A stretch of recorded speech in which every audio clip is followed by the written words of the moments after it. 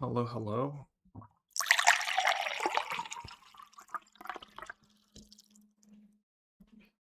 Starting the stream right. Oh, they have colorless cards in the Hobbit. Cool. Long-bodied gray dog. Flash reach when this creature enters, create a tapped treasure token. 2/2. Oh, I thought flying reach. I was like, huh. Flash reach makes more sense. So you can ambush a creature, ramps you up. I mean, this is really strong. Doesn't red get that like a red into vanilla 2/2 get a treasure? And the fact that the treasure is tapped is like, who cares, right? You're probably not going to use it this turn anyways. Seems like good common. Good fixing. Old thrush. Creature birds.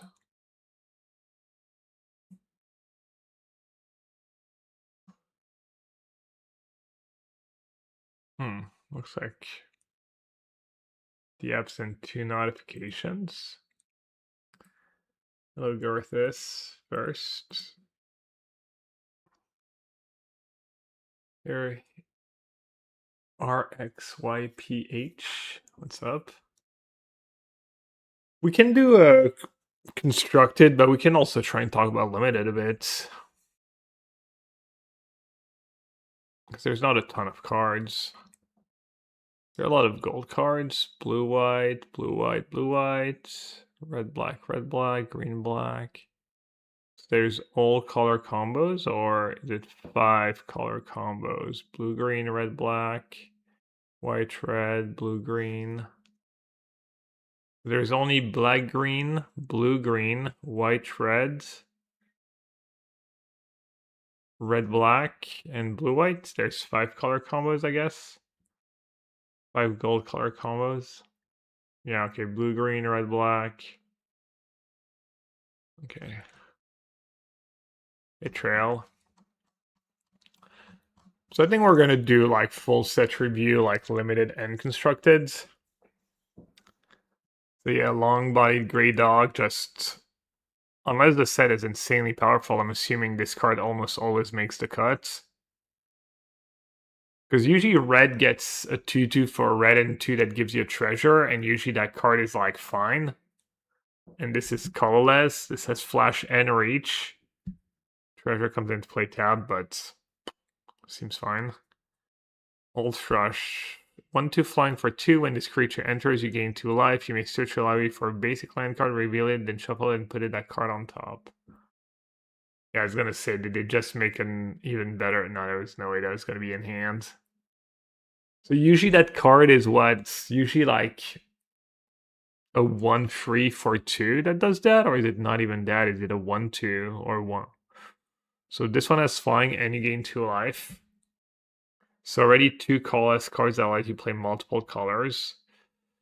2 Troop of Ponies. I already like the flavor, the art, I don't know. This set looks really cool. 2 for a Horsey, 2 tap, sack this creature, search your library for up to 2 basic land cards, reveal them, put 1 in tap and 1 in your hand. So third card that lets you. That's probably gonna make the format fun. This one's uncommon though. Is that ever constructed playable? No, it's all too slow. Dice to removal. It's very wholesome Shire vibes, yeah.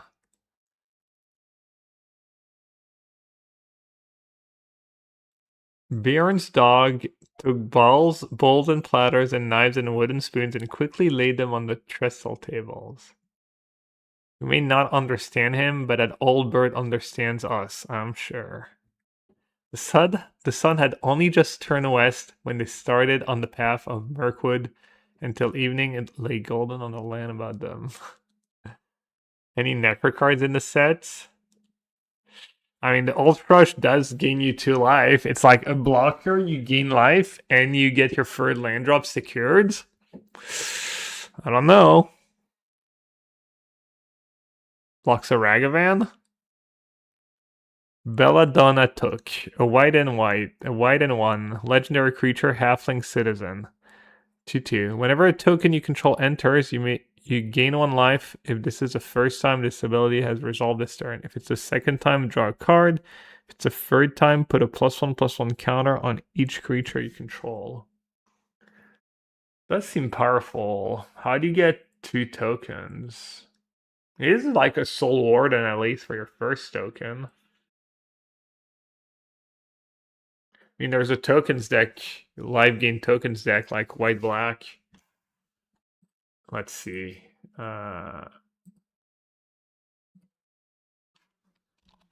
Currently, there's white-black live that won. Let's see what the deck looks like. Standard challenge, standard league, standard challenge, live gain. 1 on May. Okay, this deck's not really making tokens. Okay, Voice of Victory, this thing. Yeah, this deck's not really making 2 tokens a turn. What about in Modern? There is a Saka, food tokens, blood tokens.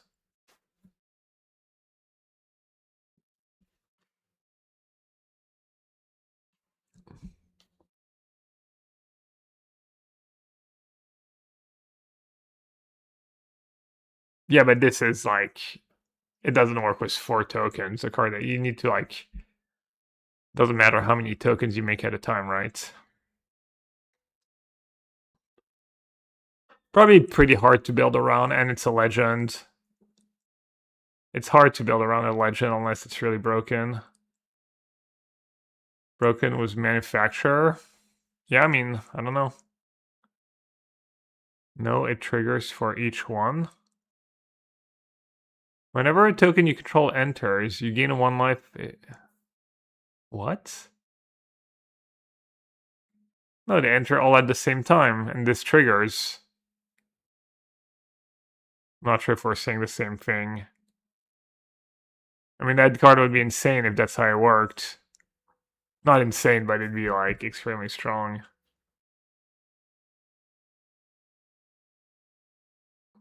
Bilbo's Gambit. A white and a 1 instant. Return target spell to its owner's hand. If the gift was promised, players can't cast spell this turn. And the gift is a treasure?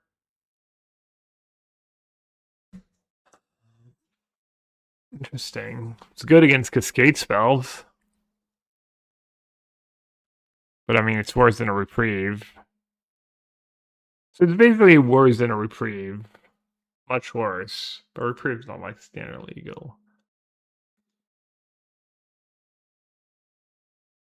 I'm assuming that card's just not playable.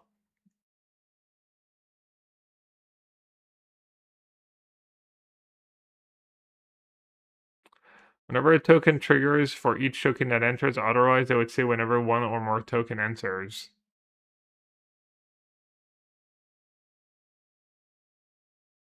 I think you're wrong. Really? Whenever a token you control enters, you gain 1 life. I don't... Okay. Okay, I'm wrong, I guess. Wow. Well, then that card's pretty good. Isn't there the ninja one that's pretty playable?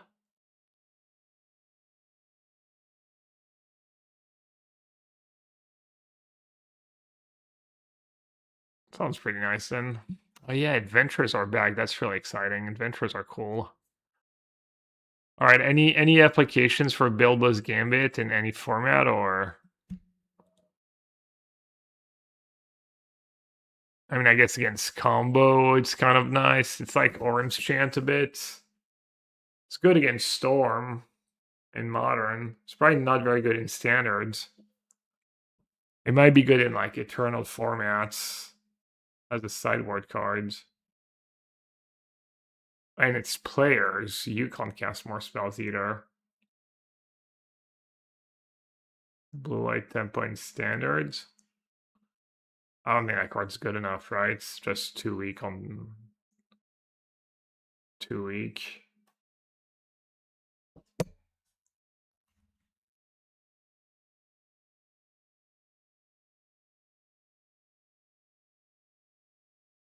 Counterspell to sweepers. I mean, it's not like, I mean, you have to be so far ahead to be able to afford to play a card like that. And it's only one turn. That card's just unplayable.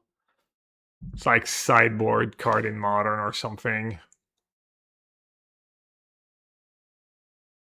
Slightly more flexible silence. Not really.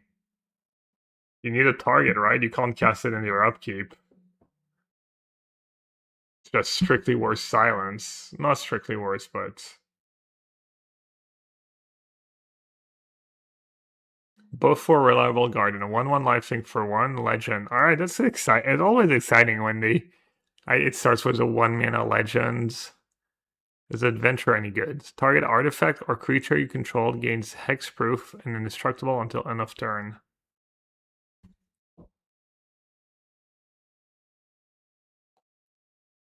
2 mana is a lot.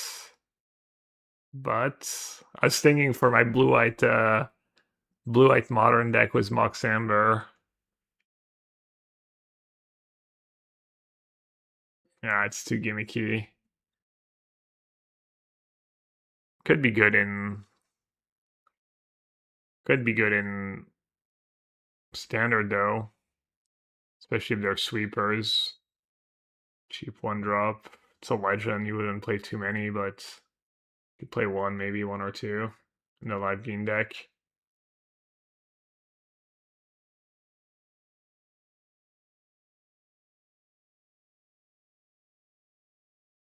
Ranger, Captain, or Gearhulk target. True.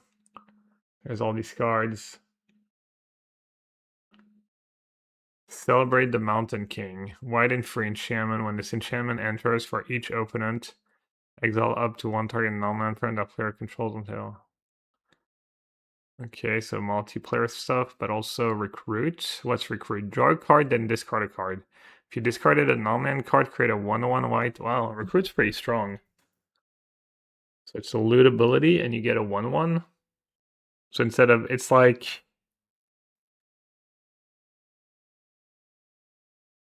that one ability, except instead of putting a counter on a creature, get a 1/1. Right, still not standard playable.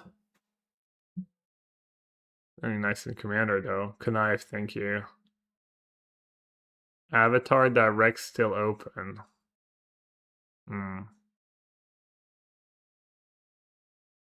Maybe.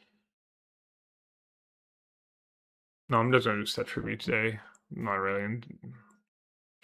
Is it open just today? Maybe tomorrow there's nothing else to do. Dane, Lord of the Iron Hills. 2/2 for 2 Dwarf Noble. Legend, Vigilant, Storied. If you control 3 or more artifact, legendaries, and or sagas, you have an enduring story for the rest of the game. As long as you have an enduring story, creatures can't attack you unless their controller pays 1 for each of those creatures. So it's a 2D Vigilance for 2. So Storage's like the City's Blessing. Once you have it, you keep it. And it's right away. And the ability is like fine in some matchups. Baby City's Blessing. Like, would you ever play that in an artifact, in Blue-Eyed Artifact? It's kind of funny that there's a bunch of cards that feels like they could be good in the Blue-Eyed Artifact deck. Because Storied works, obviously, and in a matchup like Prowess. Not that great, though, but not that many matchups. 2/2 for 2 pumps your team. Oh, so they made equipments like they gave you a token attached to it. So it's a free 4 for 4. And then you have a 1/2 equipment. Eagle of the Great Shelf. 2/5 flying for 5. Whenever this creature attacks, it gets +1/+1 until end of turn for each other creature you control. We can do constructed and then we can maybe go back for limited, or if people want to mention stuff about limited as we go, that's also fine. The Eagles are coming. Wait, isn't that the song? Oh no, it's the Hobbits are going to Isengard. Blue-white instant. Kicker 4 more. Choose target creature you own. If this spell was kicked, instead choose any number of target creatures you own. Return each chosen creature to your hand at the end of the next upkeep. Create a 4/4 white bird soldier creature token of sniper. Oh, that was the anti-sweeper card. You like save all your creatures and then you get a 4/4. Any other applications?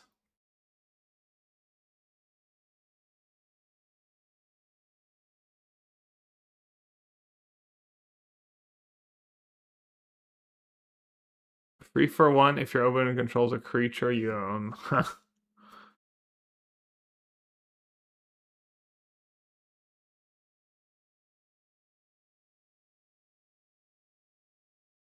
I mean, it's kind of fine, right? It's like if you have 1-drops in your deck, like flex, it's like anti-sweeper that's also flexible, where you just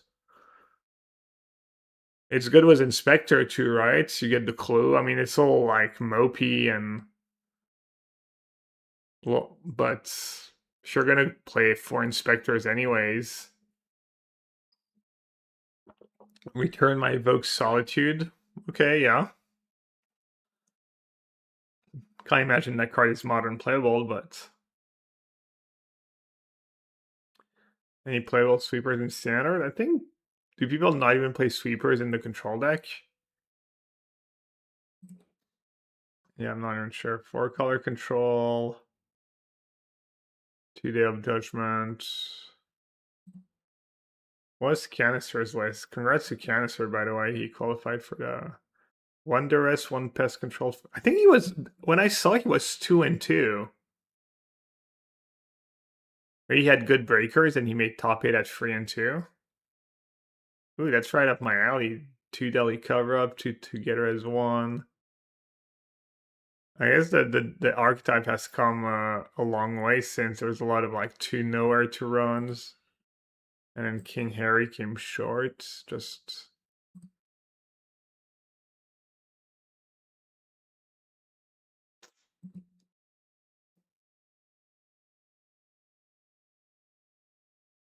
alright, X5. Billy the Pathfinder 2244 storied. As long as you have an enduring story creature you control, get +1/+1. Whenever Philly or another non-token dwarf you control enters, create a 2/2 dwarf token. Control 3 more artifacts enters in our saga. So it counts as 1, so you only need 2 more. Gleaming Splendor. Mythic. A white and 1 enchantment. Whenever an opponent draws their second card each turn, you create a treasure token. White and 2 target players each draw a card. Damn, can you imagine in 2-headed giants? It's pretty nice. That trivia and coffee. Oh, I'm jealous. I already had my coffee.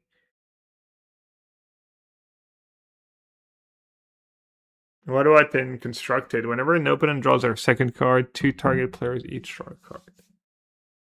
So you both draw a card except you get a treasure out of the deal, and then you get a treasure if you're playing. I mean, maybe it's a sideboard card, but yeah, it doesn't look great. Iron Hills Blacksmiths. 1/1 for 2. Double strike. When this creature enters, create a colorless equipment artifact token named Axe. Was equipped creature gets +1. That's pretty good value. For limited, obviously. I don't think it's a constructed card, but Kill You the Resourceful. A white and 1. 1/2 Dwarf Scout. Story. As long as you have an enduring story, you may pay 0 rather than pay the equip cost of the first equip ability. Oh! That card's just a nuts with hammer, right? Whenever another dwarf or equipment you control enters, draw a card. This. Excuse me? Yes, it's. I mean, it's better than Paladin, right? I mean, unironically, bringing back Hammer, right? Just yeah, but well, I guess it's a worse Paladin in every way, right? No, what does is it's easier to cast with it's not irrelevant with Saga.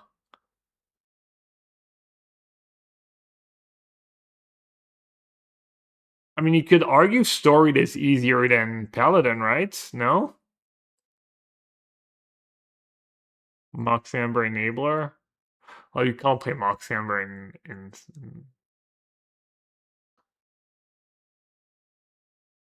easier to cast, easier to get Metalcraft. Yeah, I think that's. I mean, how often you draw 2 cards of Paladin unless you're playing the combo deck? Yeah, no, this is huge. This is huge.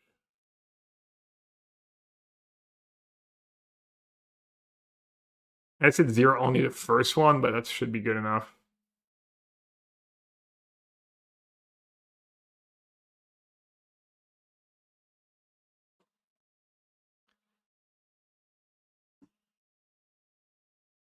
Yeah, there's a Saga count. He counts itself. So if you have like an any artifact turn 1, like S, you can go Esper Sentinel into Saga Killy your storied. Let me see the other storied stuff. 4 mana's probably much. This is not really what you want.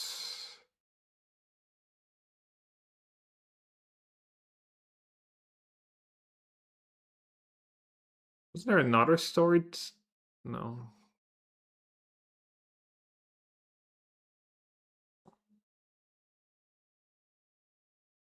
There's a few good equipments in standard. I'm assuming it's not good enough, but what did we think of Bulbo's Gambit?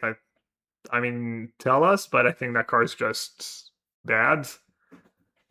I feel like it's maybe a sideboard card in Modern Plus, maybe Vintage even, but Modern Storm, like I don't see any like main deck real applications.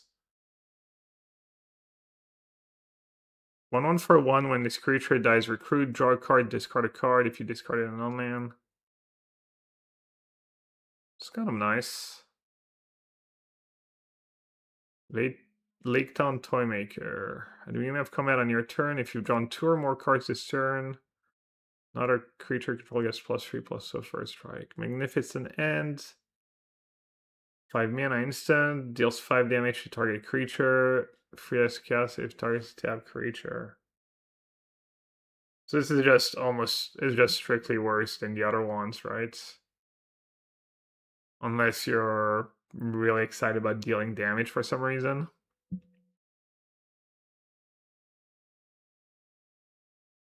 Moment of Glory. Yeah, I mean, Ignis Fatal is if you have, like, something to say about Bilbo's, or, I mean, if you think it can be, feel free to share, but I'm not seeing it. This card disadvantage like that, it's... I'm not sure what you're supposed to do with that, and, like, even with hiding and stuff, seems so weak. Put a +1/+1 counter on target creature you control. If the spell was cast from a graveyard, also put a +1/+1 counter on each other creature you control. 5 to flashback. Or if you have other ways to flashback it. Sorcery. Pretty strong card, honestly.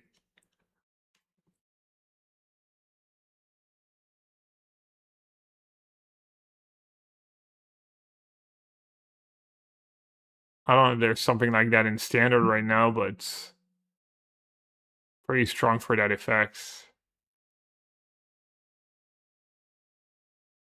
Thoughts on key on the side door in the Azorius artifact shell. Is that the one that discards extra legend? I mean, it looks good enough to try. The Mountain King's Return, White and 2 Saga. First chapter, Recruits. Second chapter, return target creature card with mana of fear or less from a graveyard to the battlefield. Kind of getting Fabled vibes. Third counter, put a +1/+1 counter on up to 1 target creature. Alright, that's way worse. Recruits. Recruit. Loot ability. I mean, it brings back an Oculus, right? Yeah.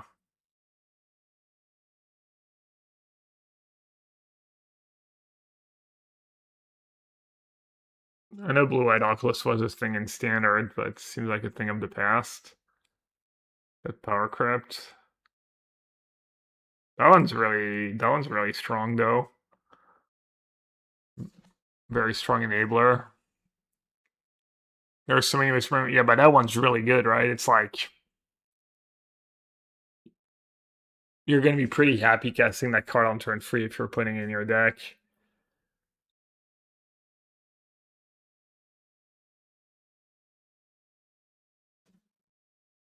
Also storied and stuff. Ori Keepers of Songs. 3 mana storied legendary common. Okay, as long as you have an enduring story, Ori gets +1/+0 and has vigilance. Why not? The Queen of Dale, a white and a 1/2/1 human noble. Whenever an opponent casts their first non-creature spell each turn, you recruit.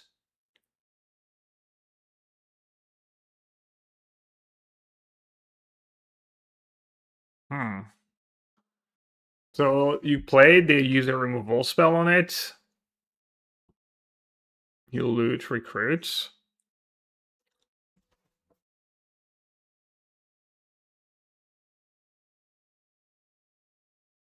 Is that just generic good card that you put in all your white creature decks, or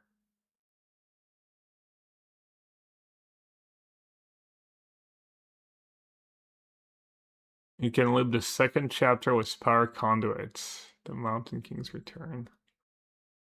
Roads go ever on. White and 1. Oh, that's the Birth of Meletis. Search the library for up to 2 basic planes cards. Exile them, shuffle, you gain 2 life.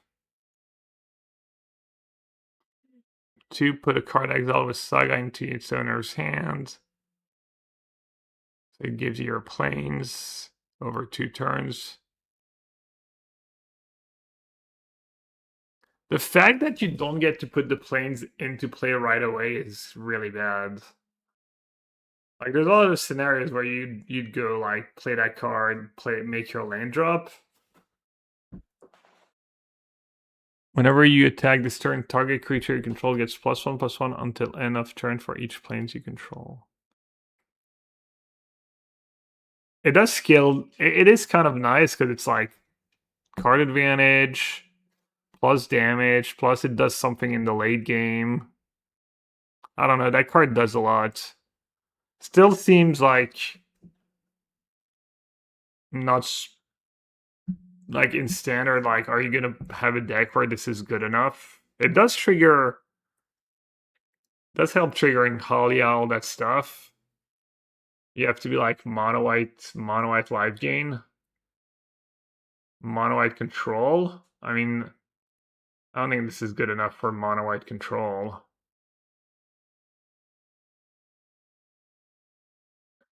Is it ramp or is it play your land for it just says put the card in your hand. No, if it was ramp, it would be the nuts, right? You'd play it on 2, ramp once, ramps again, you have 6 mana on turn 4, and it's a 2-for-1. The settle art is sweet. Yeah, I don't know, that card could be good in mono white live gain. Gains life, makes you make your land drops. You pump one of your creatures, get a lot of damage in. You want to use it. This is a kind of card where you need to use every trigger efficiently. I kind of like it. It seems like mono white live game is back on the menu. We've got the Roads Go Ever On, the Queen of Dale, maybe the Mountain King's Return. What else? That 1-drop. Maybe the Eagles Are Coming. Maybe Belladonna. Yeah, there's so many good cards though. You need like it's the power level still so flat it feels. And I think that card you want to be roads go ever on. You want to be mono white. You want to make the fourth chapter very relevant. All right, next is Settle the Wreckage. White 2.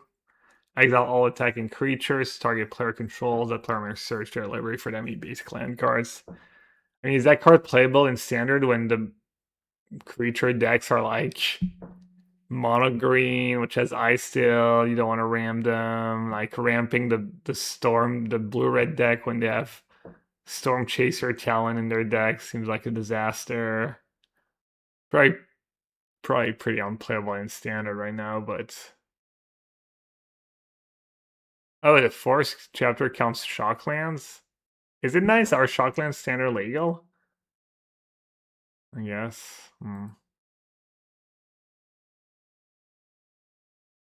Oh yeah, it could be like sideboard card in mirror matches. Yeah, creature can. Yeah, no, that's a good point.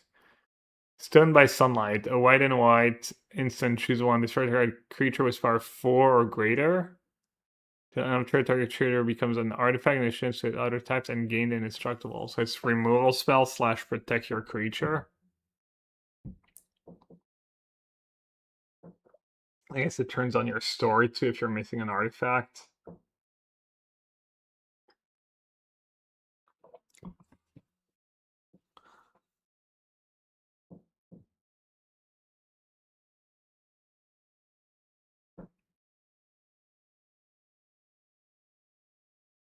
Yes, is Valor? I'm trying to remember if all these cards are tough. No, the good one was toughness. Destroy enchantment. Thorin's Last Stand. White 2 instant. Choose one creature you control. Get +2/+1 till end of turn. Destroy target artifact or enchantment. You gain 2 life. Why not? Not fairly made. Okay, an unexpected party. White 2 enchantment. Is it the first time they make an adventure enchantment? In standard, anyways. As this enchantment enters, choose a creature type. Creatures you control of the chosen type get +2/+2. Okay, and then add the door white 2 and X. Adventure, create X 2/2 red dwarf tokens. So 4 mana, you get 1.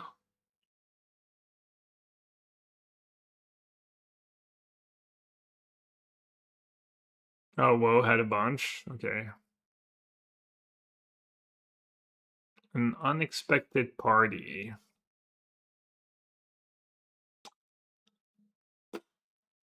Hmm. Tap 1 or 2 target creatures, and then a 2/2 flying for 3 mana. Vow.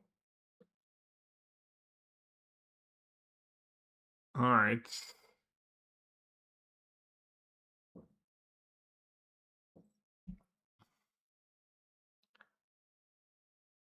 That's some cards to try.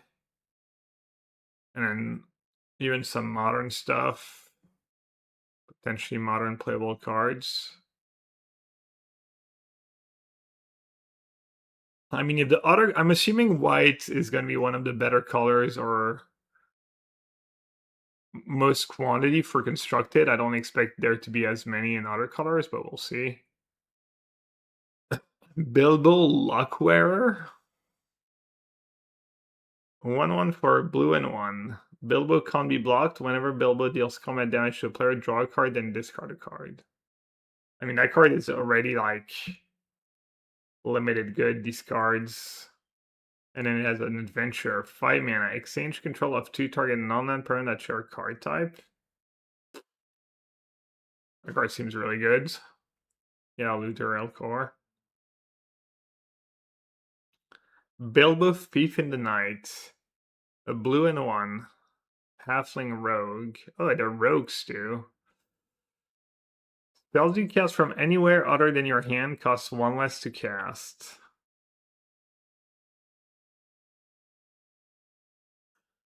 Right.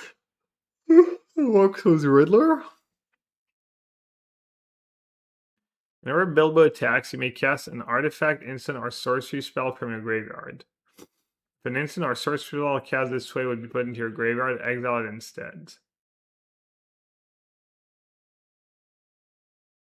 Mythic Bilbo is side grade to Dreadhorde. Is side grade a new word? I've never seen it before, and someone used it. Two different people used it twice already. Makes sense. Just never heard it before. Is it a better Dreadhorde? Yeah. Wow. True.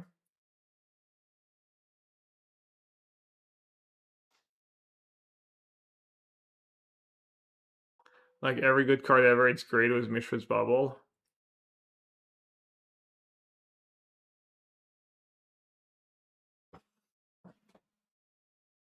Yeah, I remember like reviewing that card, I think.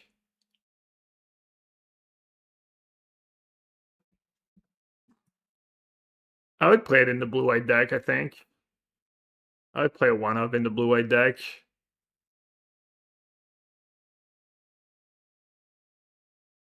Bilbo Baggins Burglar. 2-1 for a blue and 2.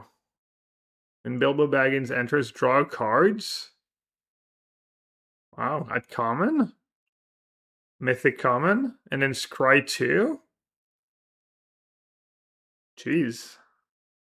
Can scry 2... I mean, this is almost constructed playable, right?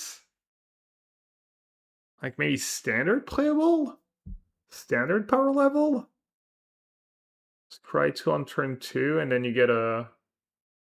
I mean, you'd have to play some mid-range soup kind of deck, or maybe control wants to block her for some reason. I'm not sure, but it's a common. Wow, for pop or 2. Jeez.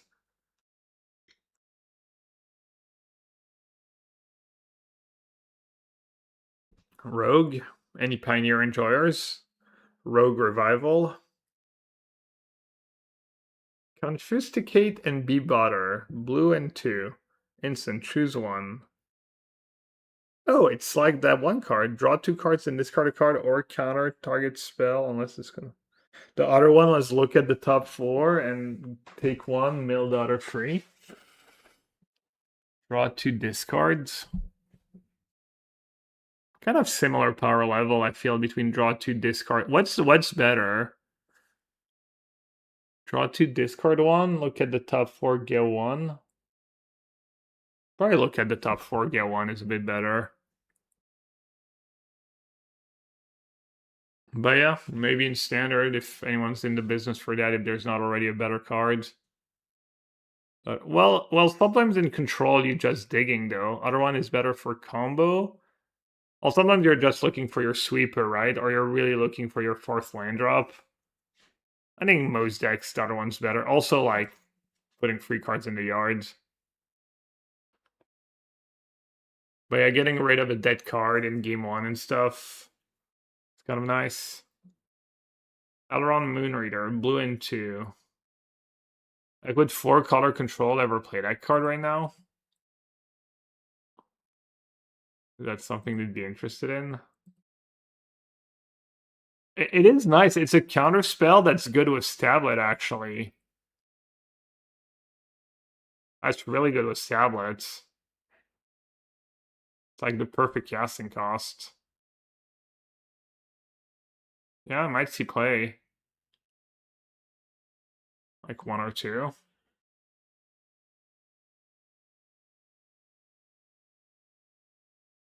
Alaron Moonreader, blue and 2, free elf noble. A blue elf. Okay. Whenever you activate an ability of a creature, draw cards. Activate. Okay. Only once. Is tapping an elf for mana activating an ability? I don't even know. I think it is, right? Just in case Alaron works with mana abilities. Blue 5, exile up to 2 other target non-land permanents you control. Return this card's battlefield. Oh, and it's a super blank.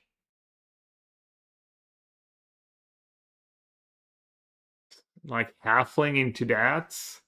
Might have to play some Soul Herder, some Moon Reader.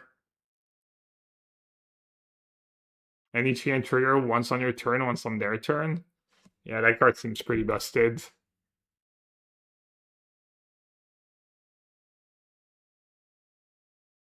Maybe Yogg? Yogg splashing blue? What's the best modern deck? What's the best modern home for that deck? It works with Frog? Wait. Uh brother. Yeah, discard to Frog, draw a card.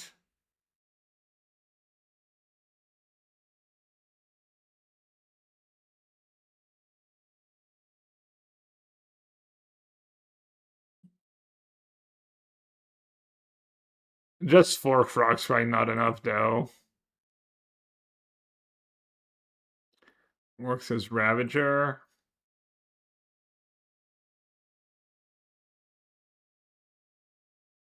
At least it's not activated or triggered. Yeah, there's actually not that much. Like, you have to play Mana Dorks. Has to be some kind of Mana Dork deck plus more, not just Mana Dork.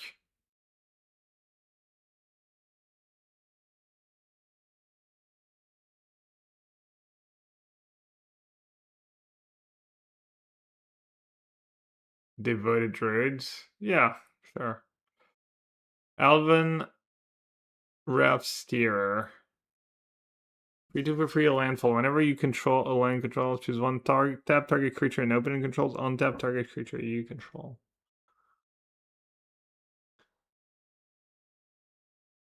2/2 for 2, Enchanted River's Grasp, some removal, Fateful Discovery, blue for enchantment. Whenever an artifact you control enters, draw a card. Probably commander stuff. Gandalf, Wandering Wizards. Ward free. Gandalf's owner shuffles him into their library and draws 3 cards. It's common too. Great Gilded Boats. Whenever you attack, recruit. Whenever you attack just any creatures? Crew 2? Wow.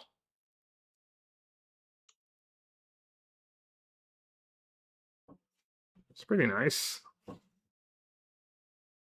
Like, just draw discard. Good was like, maybe recruits. Is Reanimator a thing in standard right now at all? Seems insane to eliminate it so close to Copter 2.0. I mean, extra mana and 1 color, but yeah. 1/2 vigilance for 2 and a redraw your second card each turn. Put a +1/+1 counter on this creature. It's pretty strong for limited. Monument has a new friend. Um, hmm.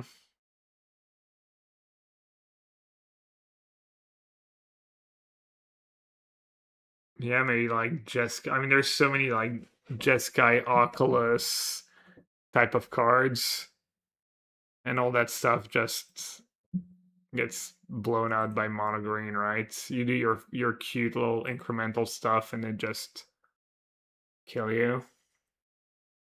It's worse than Schooner. I doubt it. I mean, Schooner was. I guess Schooner saw a tiny bit of play.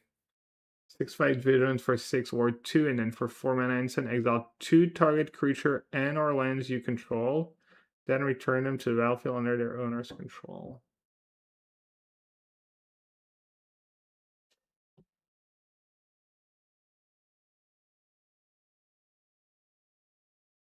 Eight for 9 flash. This spell costs X to cast, where X is the total power of creatures you control was flying. The Lord of the Eagles.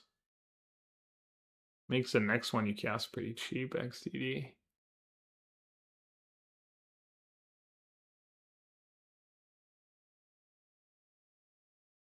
So realistically, Flying Man 2/2.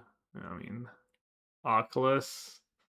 Yeah, I mean, seems unplayable. 1/3 for 2 vigilance. This here is +2/+2 for each graveyard with 7 or more cards in it. Whenever you draw your second card each turn, target player mills 3 cards.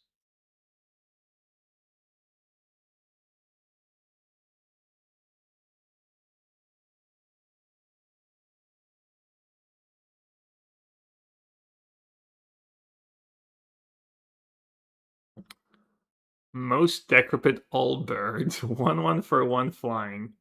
Threshold. This creature gets +1/+1 as long as they're okay. So it's a 2/2 flying if you have threshold. 2 mana, mill for cards, then put an instant or sorcery card from among it into your yard. So it's a bit like the one.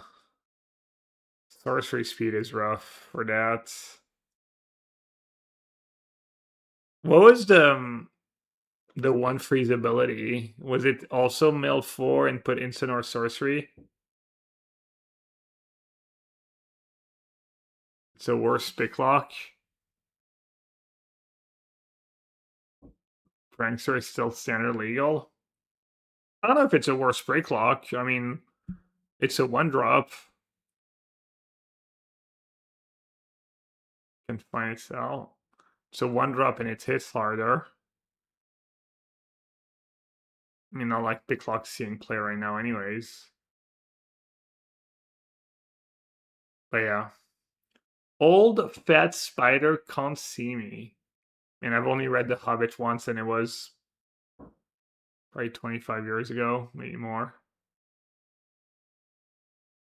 This saga enters the target creature you control gains hexproof for as long as this saga remains on the battlefield. Prevent all damage that would be dealt by up to 1 target creature for as long as this saga remains on the battlefield. Draw a card, draw a card.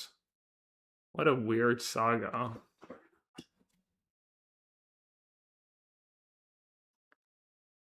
Three mana, draw 2.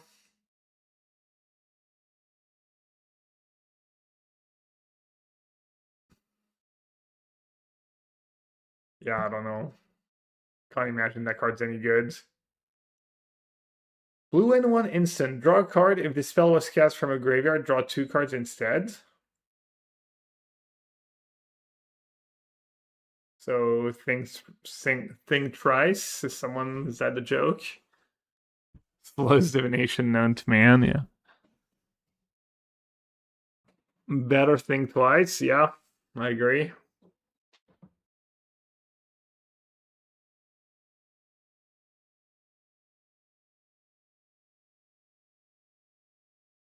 I mean, that seems good for control. Is it better than Chart, of course? That card seems really good to me. Great was that Bibble from earlier. Draw 2 for a blue.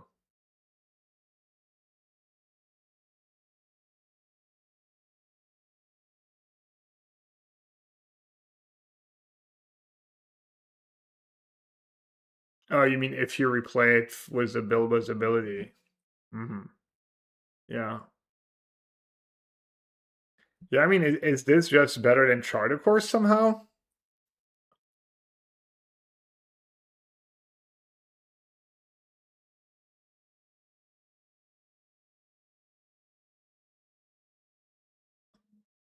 Definitely feels standard playable, power level. Yeah, consult the star charts, my bad.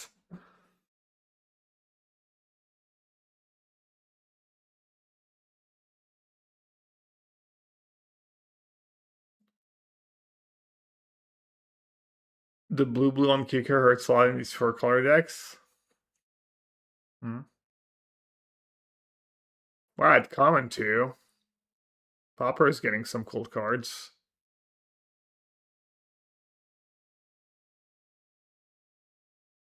Yeah, it's not the worst to cast off tablets. Riddles in the Dark, blue and 2 instant. Look at the top 4 cards of your. Oh, that's one of the bad ones. Look at the top 4 cards of your library and separate them into a face down pile and a face up pile. When choosing one of the piles, put that pile in your hand and out in your yard. I mean, these cards have not been really good, right? That one's not a good version of it. Roll, roll, roll, roll. Blue and 2. First chapter. Exile up to 1 target creature or land you control. If you do, return it to the battlefield under its owner's control at the beginning of the next end step. So it's blink every turn? Sounds like it could be powerful.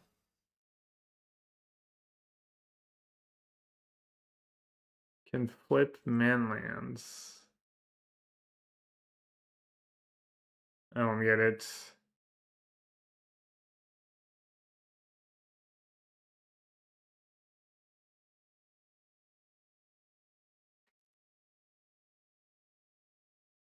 Oh, which enchanter? Hmm.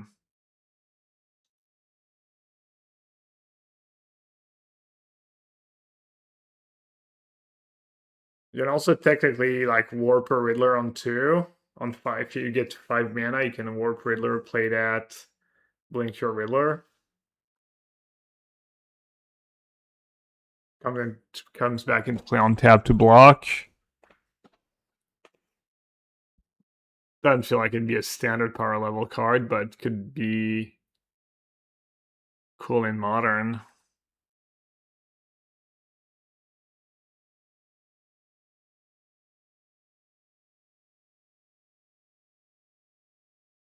Mm. Sound the trumpets.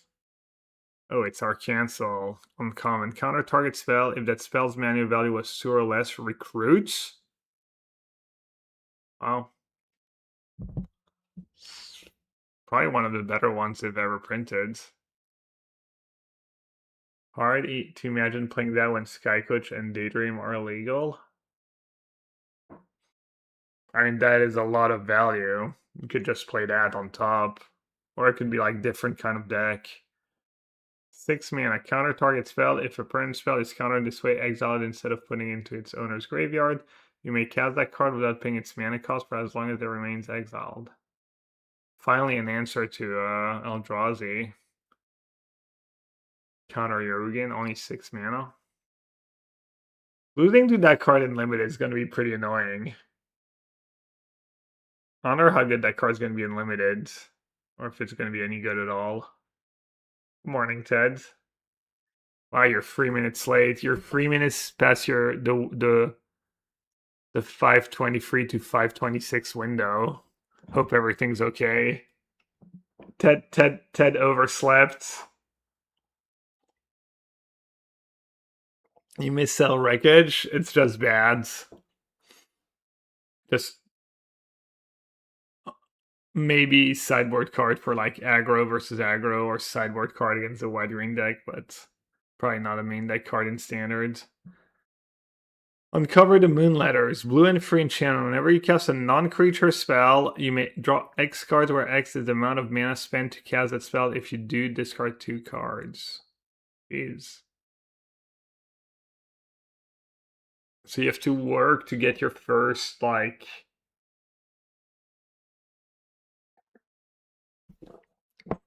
Let's say you go that, I mean, into Jeskai Rev, I guess, draw 7. And then you discard 2, just win more.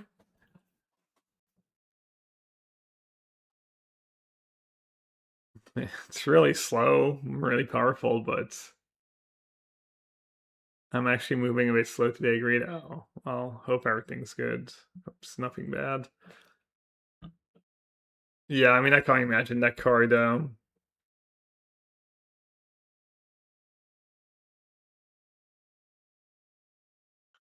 doing anything. Feels a bit like the 4 mana artifact that doubles your mana, etc. Kind of such a big investment. It is a lot of card you're drawing. It is. I mean, even you cast a consult next turn, you get your. It's not nothing, but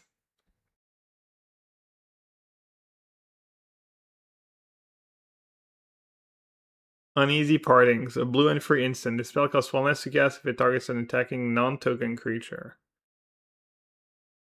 Target creature's owners put it on their choice of top or bottom. Wizard Staff, 2 mana artifact equipment. Equipped creature has prowess. If an ability of equipped creature triggers, that ability triggers an additional time.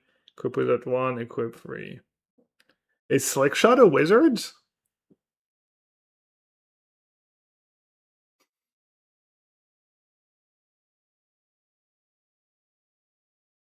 Sure is. So how many?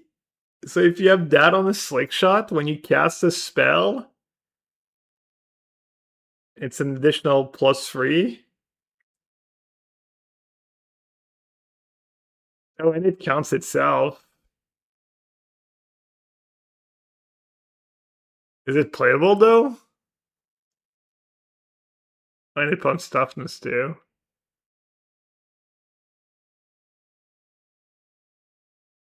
Oh, it triggers the prowess twice too. Wow.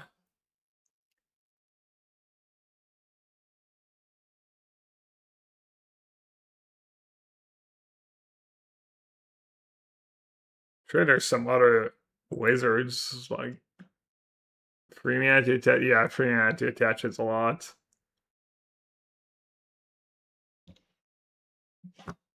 I don't think that card's very exciting.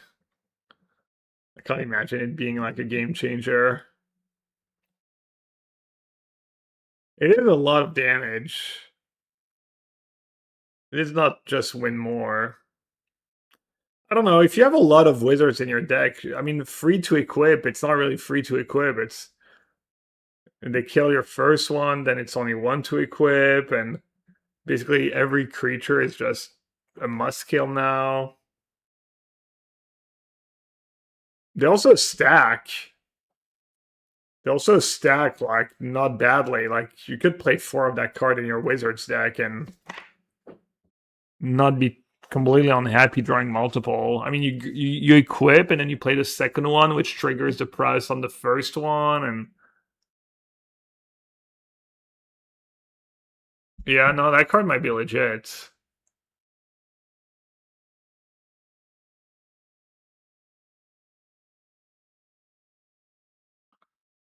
Along the Crooked Way, black and two. Okay, blue. I mean, white had a lot of interesting cards, and blue maybe even more and more powerful potentially.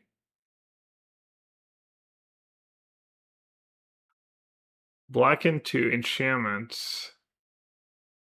When this enchantment enters, return target creature card from your graveyard to your hand. Whenever a creature card leaves your graveyard, amass goblins 1. Black and 1 goblin under control against menace. So you raise deads, and you get a 1/1 for free mana. And then that thing triggers. Amass is like it puts on the same one over and over again. So like flashback and delve and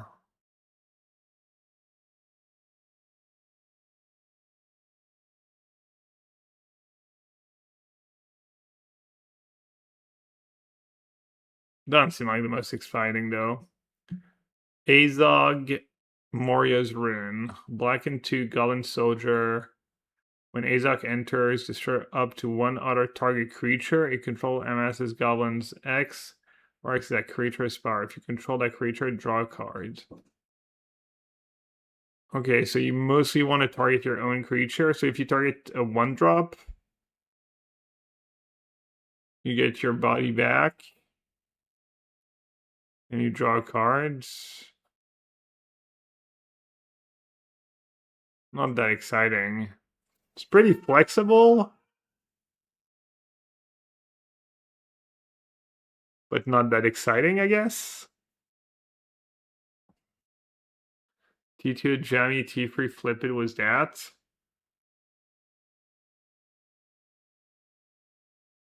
The token was reds. That'd be interesting. Could be a rhythm target and some sort of... Yeah, it's like... Exactly. It's like flexible, but not that powerful. Black 1, destroy target creature, just murder. Bilbo's Deadly Slice. Crude Bend Blade. Black and 2. When the sequence enters, target opponent sacrifice a creature of their choice. And then you have an equipment. Could be okay in limited if there's not too many tokens.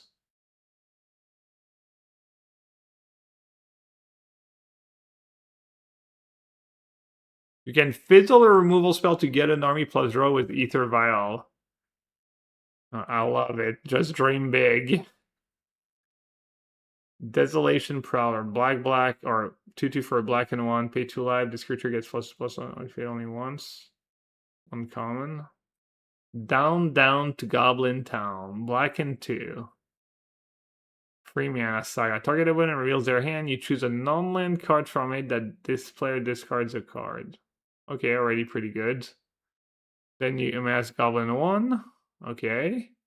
Target opponent loses. Last stuff is pretty underwhelming. Target opponent loses 1 life and you gain 1 life. I mean, in your tokens life gain deck where you need to trigger it and could be like even a sideboard card maybe in the black-white life gain deck. Or maybe you like play 1 in the main and more in the sideboard if that's an effect you think you really want. The warg has potential. There is some wolf stuff. What's the warg?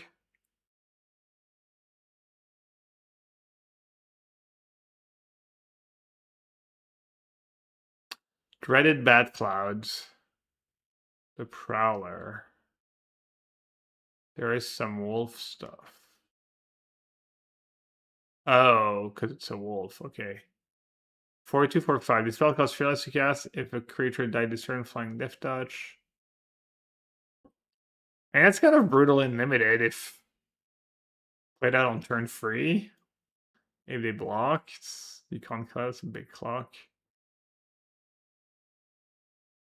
Gathering of Darkness. Black and free sorcery. Return up to 1 target creature card from your graveyard to your hand. Amass goblins free.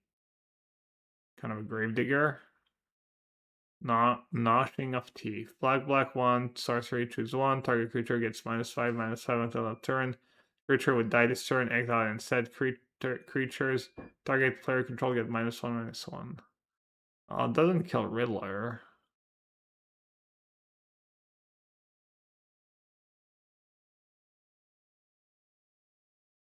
Killing sorcery speed. It's probably pretty bad.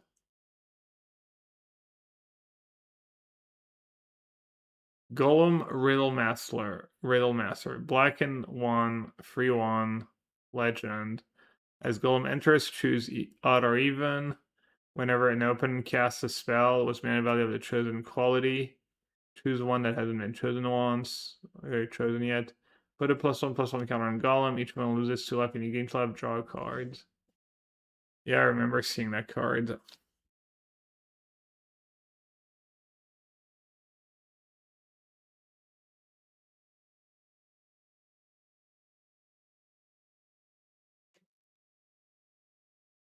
Just wondering if it's just cards gonna be like 4 of in every deck, every black aggressive or mid-range deck.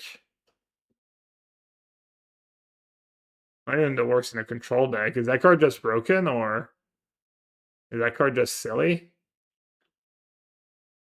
It is slow to get all the triggers. Yeah. It just seems just generic really good. I don't know if there's decks where it's gonna be better than others, but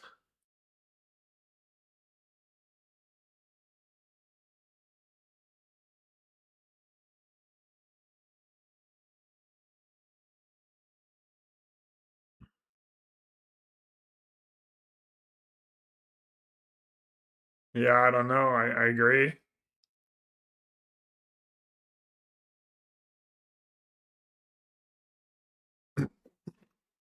Seems kind of silly.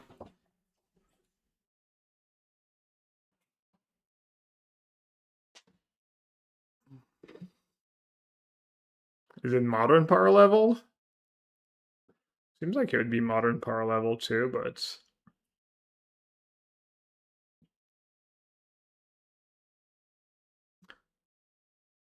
yeah, I kind of just have to play with it. It's kind of a weird card, but clearly just a good card.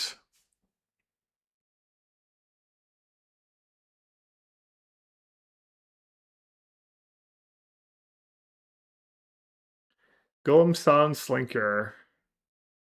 Put a +1/+1 counter on up to 1 target creature. Target player gains 2 life. Then you have a 4/3 menace. Golem to abandon. Black and 1/2/2 calm block. When it enters, exile up to 1 target card from an opponent's graveyard. Each of them loses 2 life. 2-second artifact or creature. Return this card from your graveyard to your hand. Okay, so It's an aggressive creature. So 2/2 that can't block.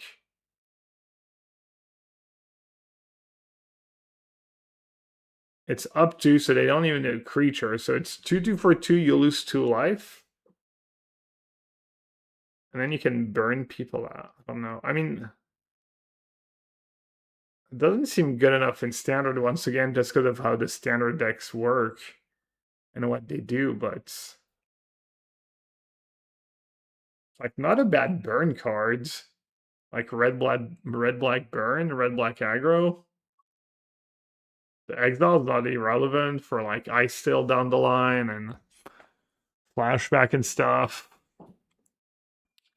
It's not as good as the other golem, so probably not playing 4, but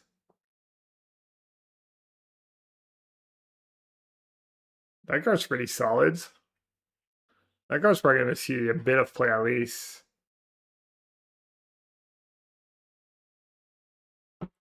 The Great Fearsby. 2/2 for black and 2 flying. Whenever one or more other creatures die, scry 1.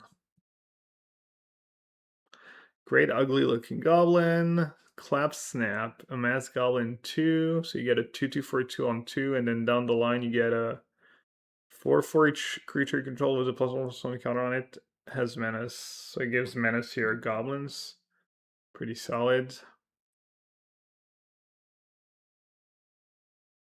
It's 4 mana for burn 2, so not so good. I mean, you got the initial body. Yeah, there might just be a black X aggro with the golems now. There's good removal. I don't know. There's hex and stuff. You have good removal. Yeah, I mean these are really. I mean, especially the Riddle Master.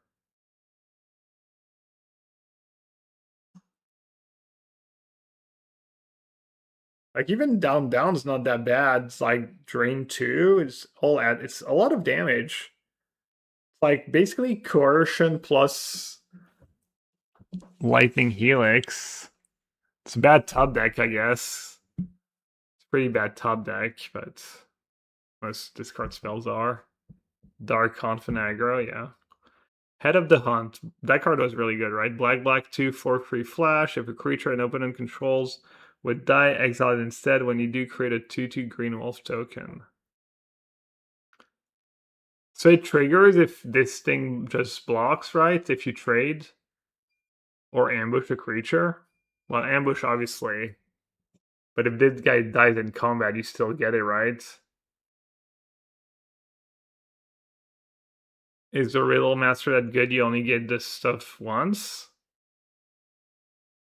I mean, free 1 for 2 draw card sounds nasty. If that's the baseline.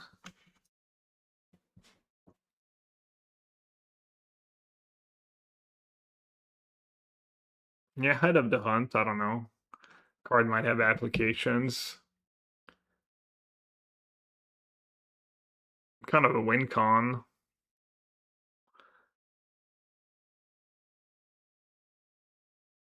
Inside information. Black X sorcery. Exile the top X cards of target opponent's library. You may play those cards this turn. If you cast a spell this way, pay life, you go. Okay, I have to read that again. Exile the top X cards of target's opponent's library. You may play those cards this turn. If you cast a spell this way, pay life equal to its mana value rather than its. Wow, so if you have a lot of life, it's really slow, right? It's free mana. I mean, free mana, you can't play a land if you make your land drop. Two.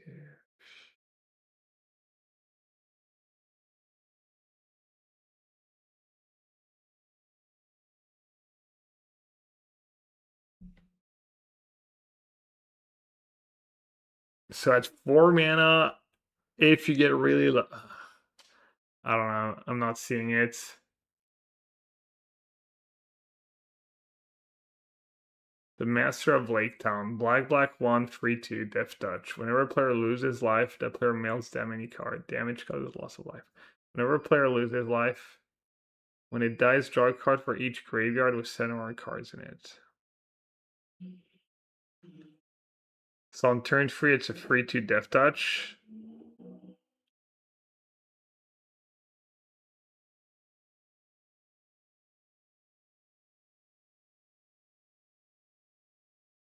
seems not so great.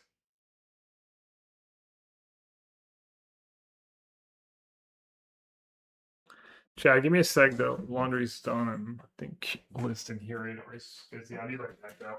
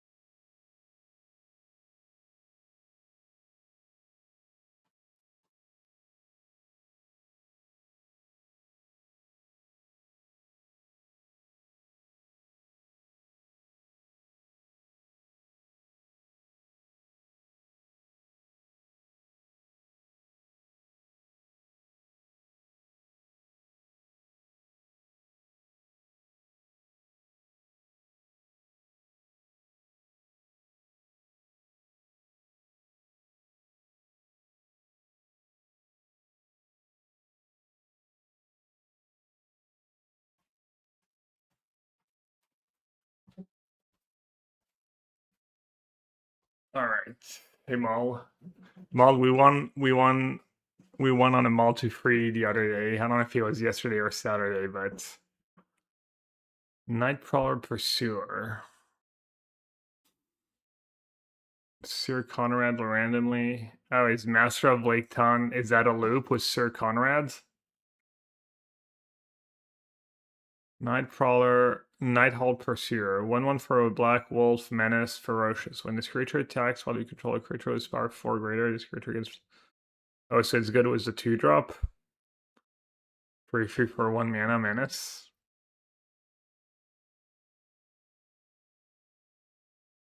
It's good it was Golem too.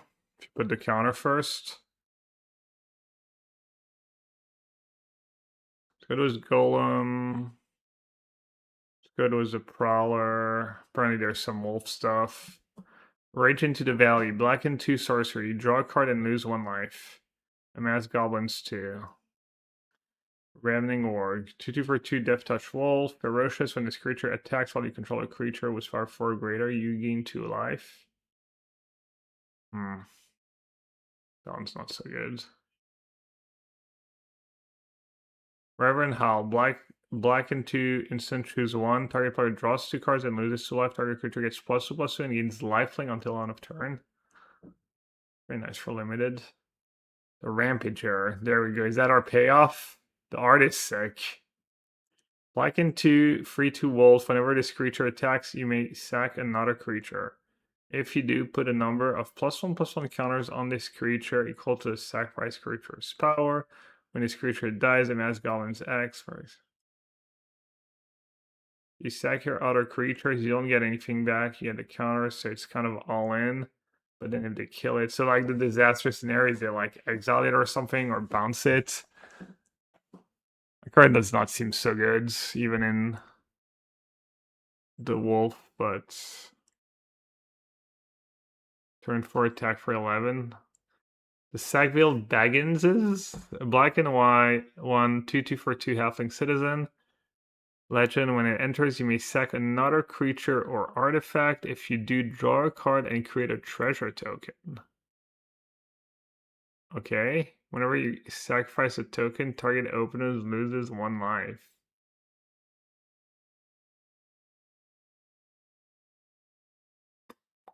Card's pretty nice. Sound a bit busted. Yeah, just triggers anytime was the treasures and stuff. It's kind of hard to curve into, right? What are you going to have in play on turn 1 that gives you an artifact or creature? I mean, I guess you have all the 1-drops that do something when they die, but no, yeah, it's pretty good. Ragdos Aswine Modern. Ragdos Aswine Modern. I mean, it's fine. It's like okay in a deck like that. I don't think it'd be anything special. I Twitch? Oh.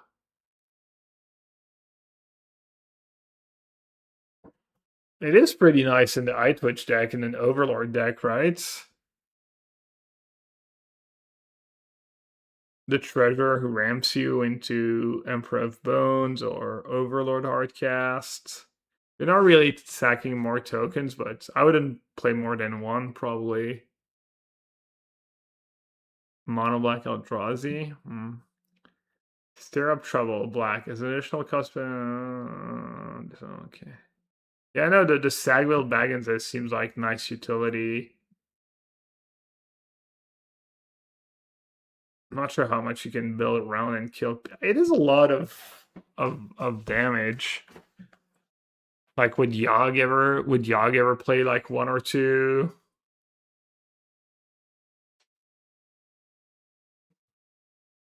Like the Go with Pursuits?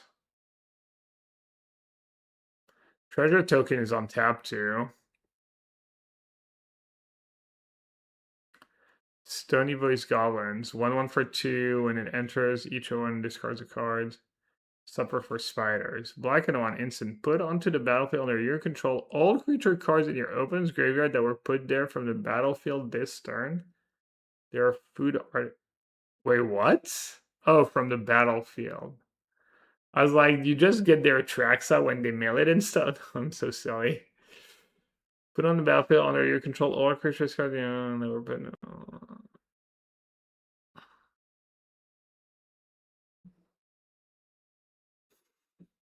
Anything good with that or not really?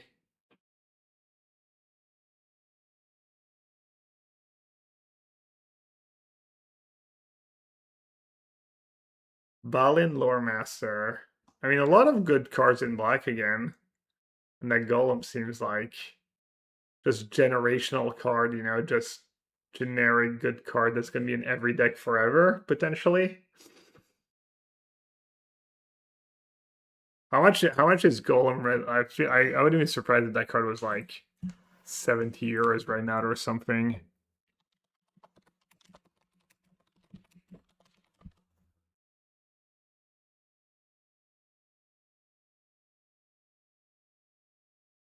Wait, 10? 10 euros?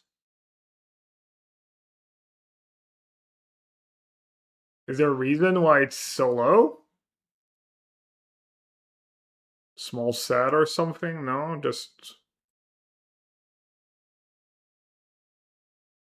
pre-sale price random. It's not really out yet. You can only do it. Yes, Mr. Simba, it's just a great card. It's not just the best creature ever printed.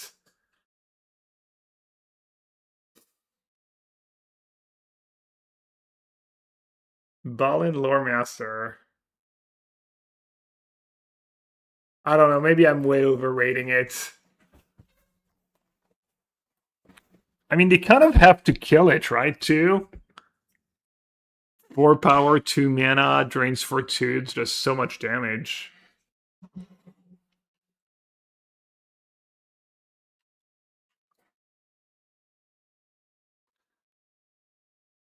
Balin Loremaster, black free, 4/4 for 5, Dwarf Bard, storied. Whenever Balin or another dwarf you control enters, you may discard your hand. Draw X cards where X is the number of cards discarded this way. If you have an enduring story, Balin deals X damage. I mean, it's too expensive to be good in anything, right? But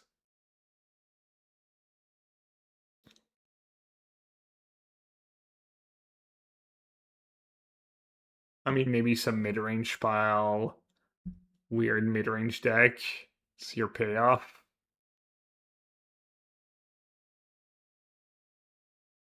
What is great about it? Why should anyone kill it? I mean, okay, just take 4 damage a turn and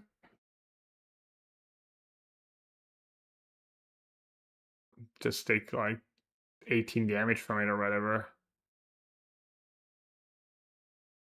I mean, you don't have to kill it, but then I got a 4/2 draw a card, drain you for 2. It seems a pretty good deal. Bombard Gentle Dreamer, 3 mana, 5 free story. Doesn't untap during untap unless you have Enduring Story. Bothersome Noisemaker.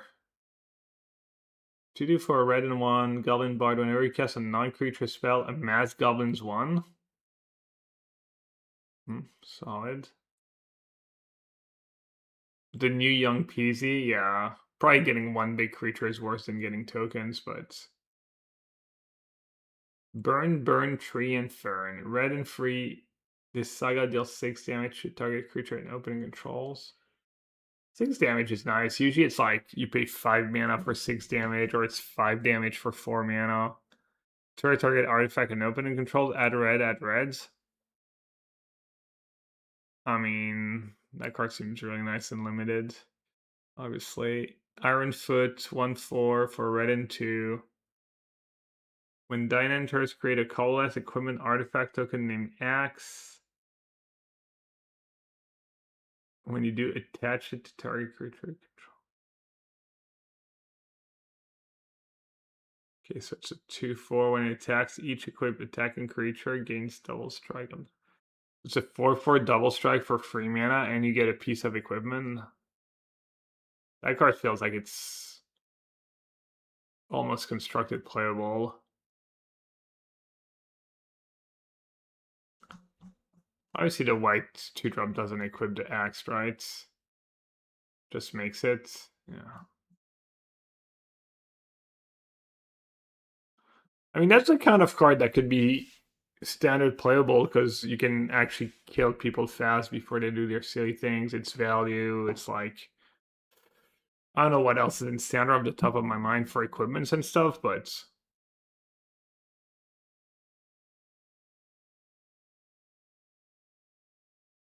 dwarfs in standard, maybe. What were the white dwarfs? That one sucks. 1/1 lifelink. Why not? That one's expensive, but really powerful. That card's totally playable, I think, if you're playing a dwarf deck. 4 mana, Affiliated Pathfinder. The double strike 2-drop is fine. Oh yeah, you have Killy. Literally, Killy. We're talking about for modern, but Mountain King's Return makes a soldier, not a dwarf, but could be good. Queen of Dale. Roads go ever on the double strike plus a +1/+1, but probably not. You've got the Vow too. I didn't even read that card, I think. I thought it was just mostly limited, but white and 1. Instant untap target creature you control. It gets +2/+2. If it's a dwarf, you may attach equipment you control to it.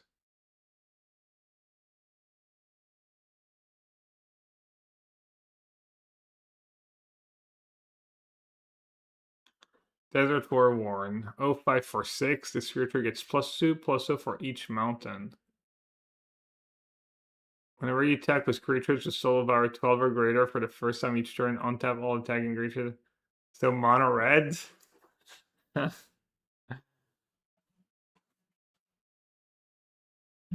Nice. Alright, goats. See you later, buds. Desolation. Oh, it was Meek Attack. I mean, it's not very good. Desolation of Smog. Red, 2 sorcery. Desolation of Smog deals 3 damage to each non-dragon creature. At 4 mana and any combination of colors, spend this mana only to cast dragon spells. I mean, it's kind of insane, and is that dragon deck still probably pretty good, right?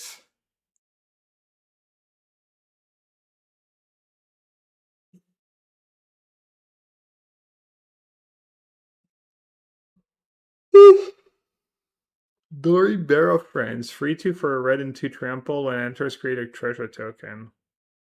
So you've got the one at common. That one's really powerful too for I mean, that might be... Is that pauper territory? 3/2 trample? It's a lot of damage. You probably wouldn't play more than one, but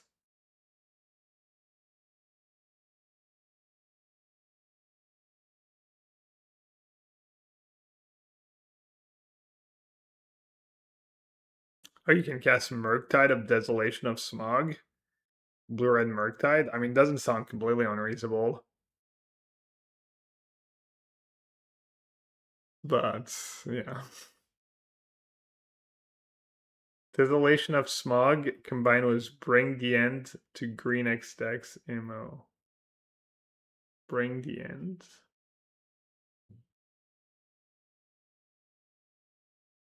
Oh yeah, Jewel Thief is legal already. That one has trample.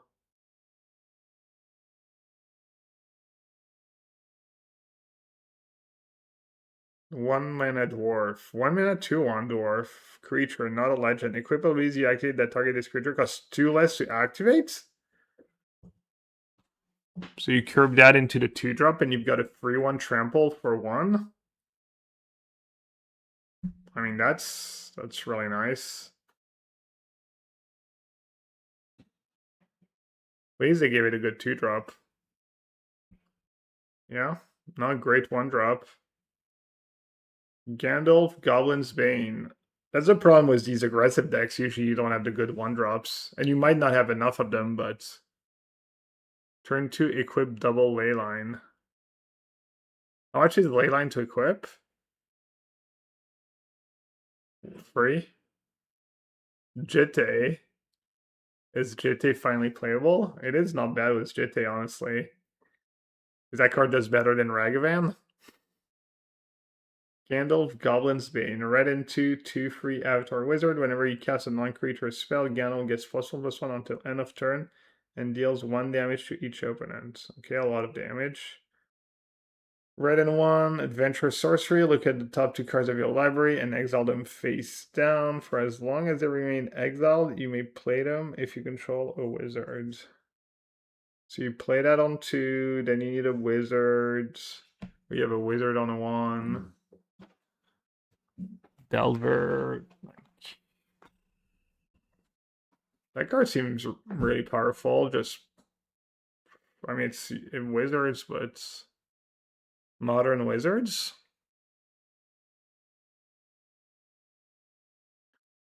Or is it worse than stuff that already exists for modern wizards? Seems like you might end up with a bad prowess deck if you build your deck around that, but Tamio. Would you play that in like the blue-red Tamio decks? Tamio decks trainer. The body's kind of whatever. You're usually not really trying to kill them with damage. And then draw 2 for a weird draw 2 for 2 mana.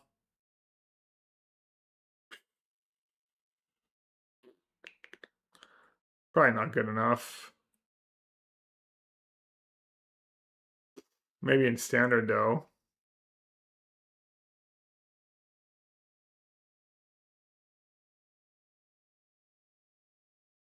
Rawls the Wizards. I mean, it could be in what, like in Storm, like alt win cons. Not good enough for the main deck, right? Or is it just your win con in the main deck too? Seems worse than Questing Druid, which already sees basically no play. Yeah, for modern, yeah. 4 free reach for 6 mana. When Gandalf enters, he deals 3 damage divided as you choose among 1, 2, or 3 targets.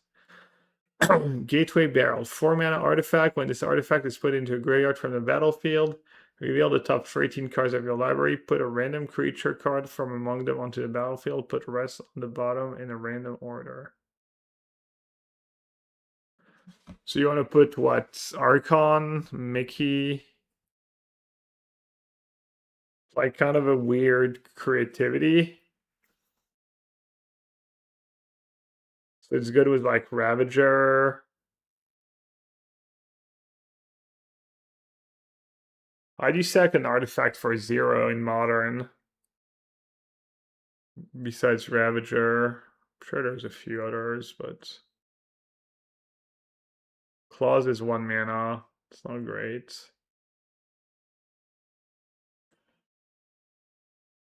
I think it's just a flavor card unplayable. Probably right.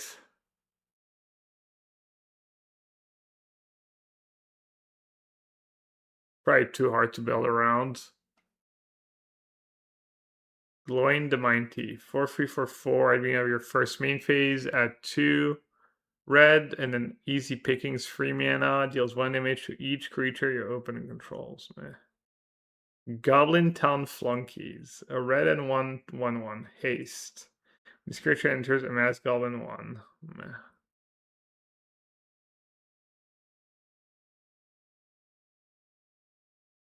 Gundabad Opportunist.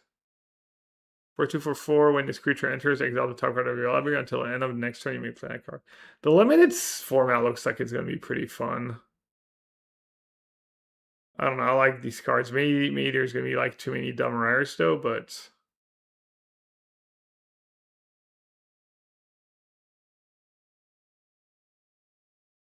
Last Light of Durin's Day. Red and 1 sorcery. No, red and 1 enchantment. Whenever a mountain you control enters, put a quest counter on this enchantment. If it has 6 or more quest counters, sacrifice it. If you do, search your hand and or library for a dragon card and put it on the battlefield. If you search your library this way, shuffle. It has mountain cycling. I don't get it. Whenever a mountain you control enters, put a quest counter.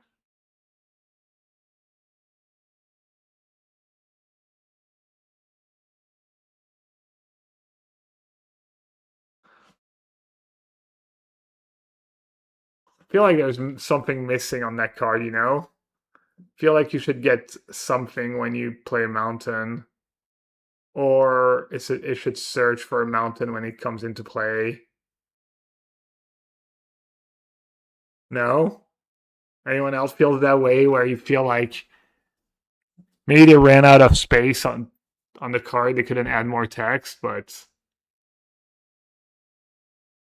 like would that card been too good if it said search for a basic mountain when it enters? I don't even feel like it would have been playable like that. Even if you added that to the cards.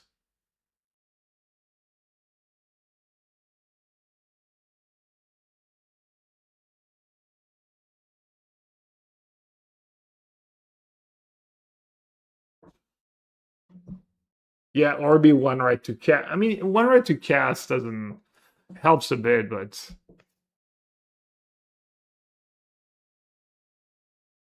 yeah, I feel like there's I don't know. That's just bad design, I feel. Like it's a wasted rare.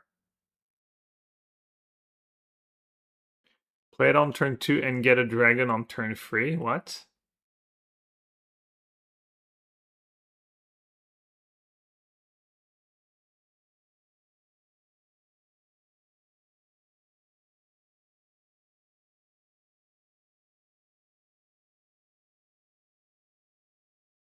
Yeah, I don't know. The Misty Mountain Skull, the red and 2 saga. So it's 4 times the same thing again. Create a treasure token. Then if you control 4 or more treasures, sacrifice the saga. If you do, create a 6/6 red dragon creature token. Is that card good in creativity? You get 2 treasures. Worse than Fable, but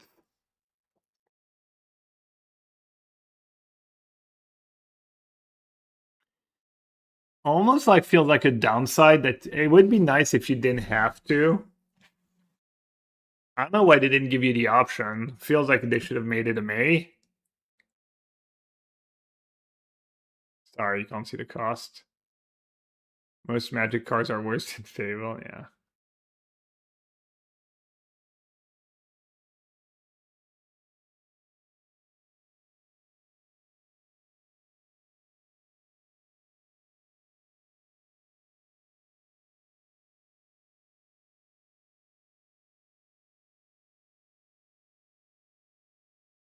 Oh, you don't have to sack the treasures. That's what I'm missing. I'm dumb. For some reason, my brain said you had to sack the treasures.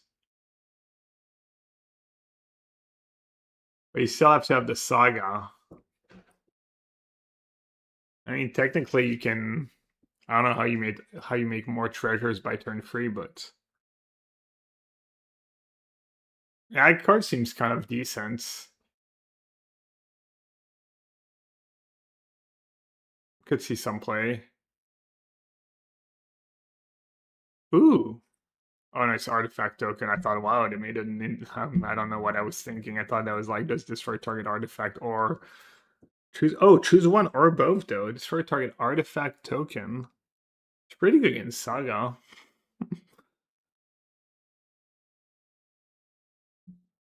Ragthort Spear. Red and one. Artifact equipment. Oh, cool. They made a discard draw two and you just get an equipment. You may discard a card if you do draw two cards.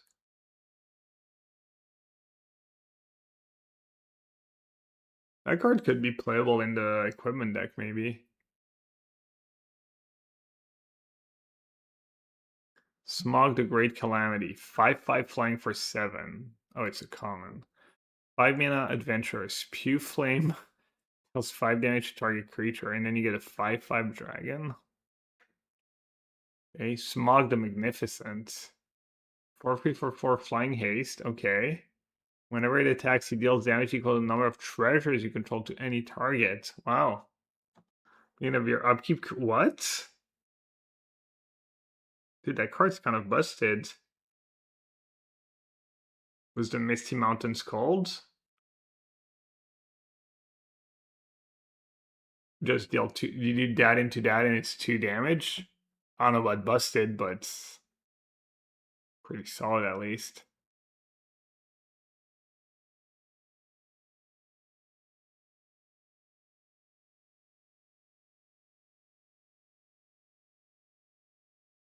Yeah.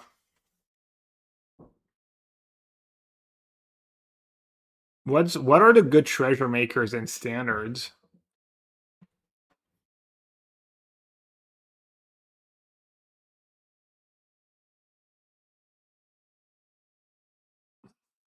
The white doesn't kill the green for it. Yeah, it doesn't kill. I still, I mean, that'd probably been all too good, but death to our enemies.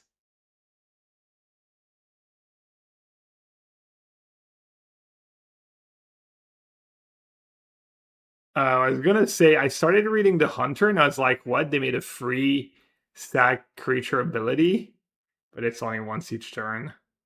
2/3 for red and 2, second other creature or artifact, exile the top card of your library. You may exile it until you may play it until end of your next turn, activate only once during your turn and once each. I mean, even at once each turn, it's not the worst thing ever, but yeah, probably not good enough. Sarkhan makes a treasure. Yeah, I mean, that dragon deck was already good. Does it still see any amount of play?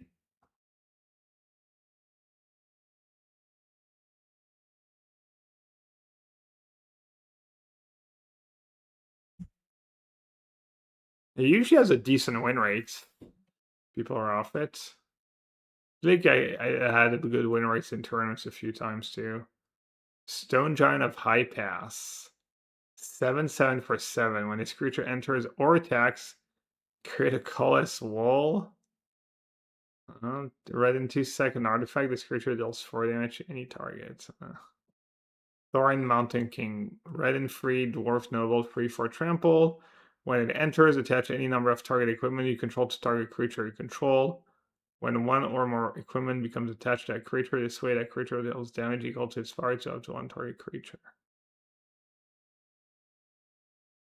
It's like a removal creature. Yeah, I mean it's pretty solid. And it's not busted, but the dwarf deck could be legit. Tiding of Wars are red. Sorcerer, Magic Goblins 1. If this spell was cast from a graveyard, instead MS free. Solid payoff. Yeah, it's like good top of the curve. Maybe not for modern, but maybe standard might be good.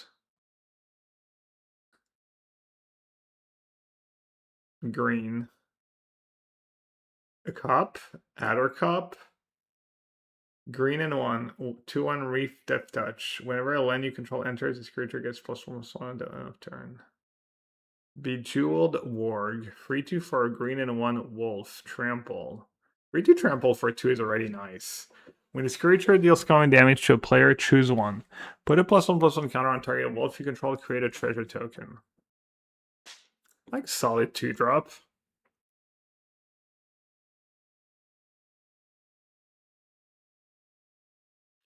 Adder Cup is going to be a good common draft. 2/1 Reach Death Touch. Doesn't seem like anything special.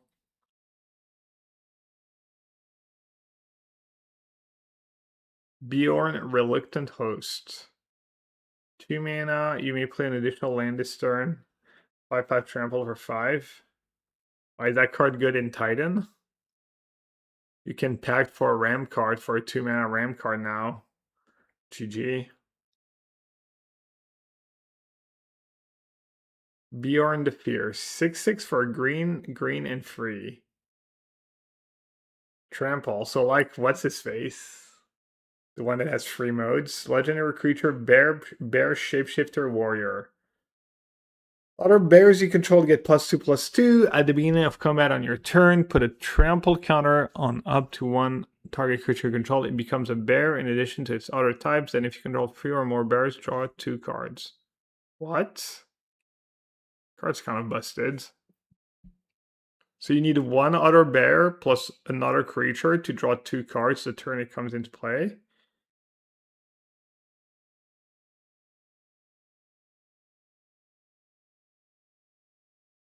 Five mana is a lot, but you're getting nice bang for your buck.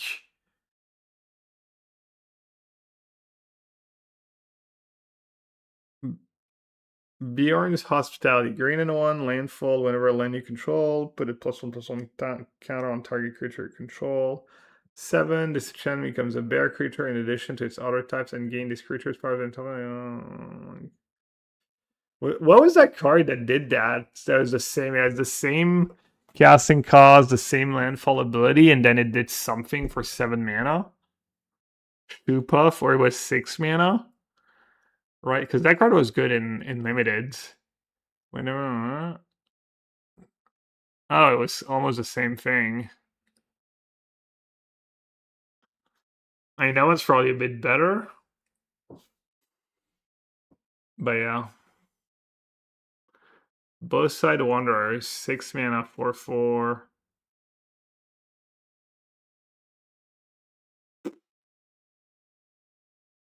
Nice and limited.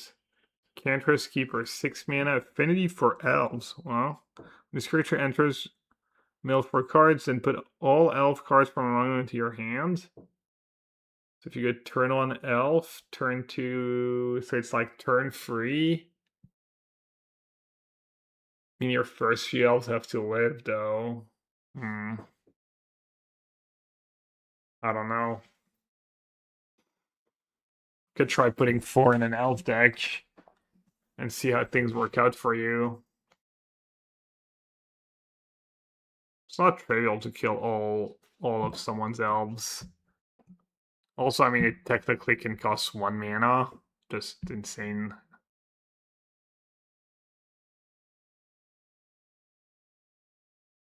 Yeah, I don't know. I mean, you could try it.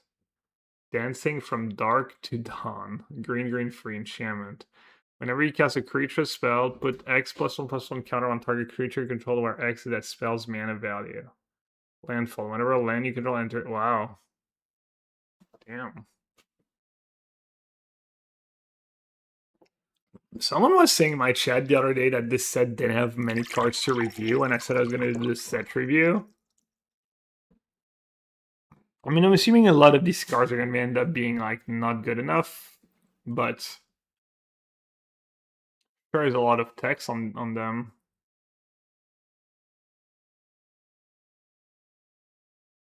Down in the Valley, green and 2. Saga. Search your library for a basic land card, reveal it, put it into your hand, and shuffle. Saga gains landfall whenever a land you control enters. Create a 1/1 green elf creature token. And then elves you control get +1/+1 and gain vigilance. Get a forest. Get a couple of 1/1s. More with fetch lands. So if you have passage, you get maybe up to 4 tokens. It's pretty powerful. It's all mopey, but feels like you need to be like killing your opponent's creature while you're doing that stuff. Pretty nice against control too. It's just so much damage for one card, and it like replaces itself. I mean, Llanowar Elf is legal, right? There's some good elves.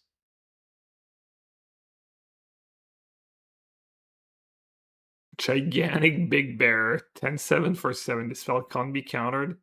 Hexproof Haste. Oh, no trample, but Guardian of the Halls, 2/2 for 2 trample. Little Bear, 3/2 for free. Flash Bear. When this creature enters, untap another target creature you control. The creature is a bear, put a +1. Wow, okay. Nice limited cards. Hard to see this in standard when the Treefolk one is getting cut. Down in the valley? I don't know, this is way more damage in value than, not value, but way more damage. Yeah, kind of way more damage in value potentially. The Huntsman card, you mean? That card seems like it can be much better than that. Oh, Dancing from Dark to Dawn. I don't know what the Treefolk one does already. I forget. Miracle's Spellmaker power and toughness are equal to the number of lands you control. For an elf.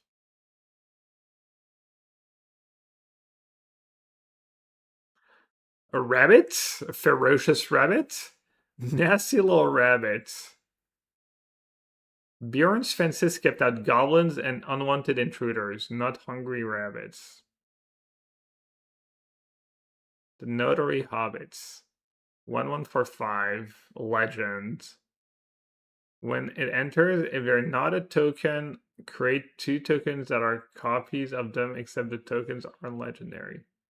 So you get 3 of these 1/1s, and then they tap for a colorless for each halfling control.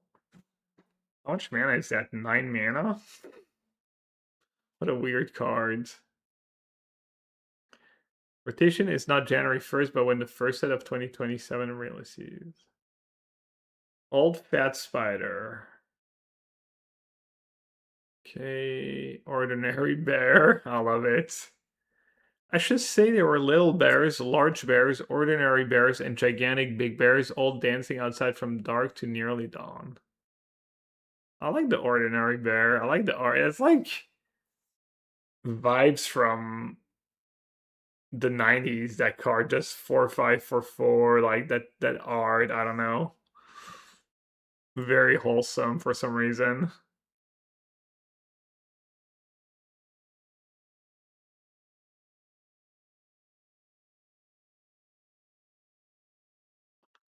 Part in Friendship, a green and 4, enchantment. Whenever a non-to, oh my god, do I have to read that card, or can I? I'm just gonna go next, and if that card actually does something, you tell me, I'll go back. Removal, Radagast of Rosgoval, green 2/5. Avatar Wizard. The first creature spell you cast each turn costs 2 less to cast and can be cast as it had flash. It does something? Fine.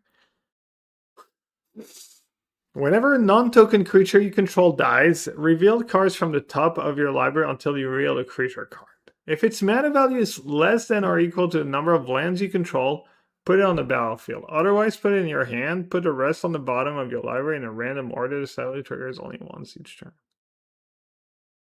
Why did you tell me it does something? Yeah, I got baited. It's fine. Fruit of Forest Gate. Oh, that's the Insane Ram spell. 8 mana. Look at the top 20 cards of your library. Put any number of land cards from among them onto the battlefield, tap, then shuffle, you gain 8 life. I mean, it's pretty good. Was your 1-drop was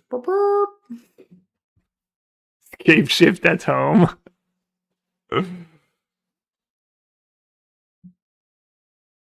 Troll negotiations. It's like me in chats. War tactics. Choose one. Destroy target creature is flying. Destroy target Quantum Riddler. Put a +1/+1 counter on target creature you control against trample and hexproof. Card's pretty nice. Could be a good sideboard card. Could even be main deck card, honestly.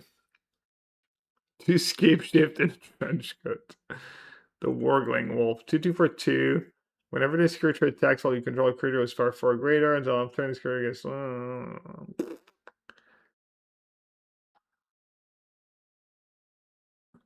Wood Elves? Dude, Wood Elves in Standard and Pioneer now? No one told me they were printing Wood Elves? I'm just learning this now? Hell yeah.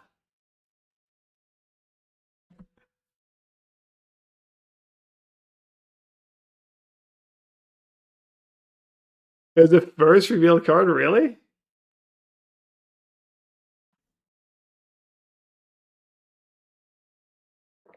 I forgot, brother. I can't remember what's happened to me like earlier today. Think I can remember what happened months ago.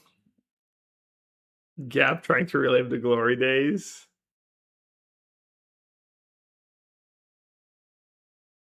How many forests would a wood elves forest if a wood elf could wood forests?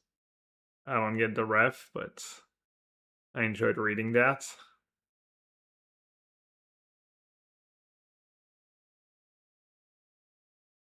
That card's kind of nice now. Oh, elf spells. Green and 1/2 for 2 vigilance. Whenever another elf you control enters, this creature gets +1/+1 until end of turn. X at X mana of any one color, where X is creature's power. Spend this mana only to cast elf spells and activate up. I mean, I'd play this plus Llanowar Elf plus, I don't know, seems fine. I really want to play Bard in Limited. Oh. I was like, what's Bard? I'm already pretty down on Cubs, so I am into this. As in, Cubs not good in the black-green deck? You mean Wood Elves in the black-green deck? Bard King of Dale, 6 mana, blue-white, reach visions, 3/5, human noble archer. If you would draw a card except the first one you draw in each of your draw steps, draw 2 cards instead. If one or more tokens would be created under your control twice, I mean.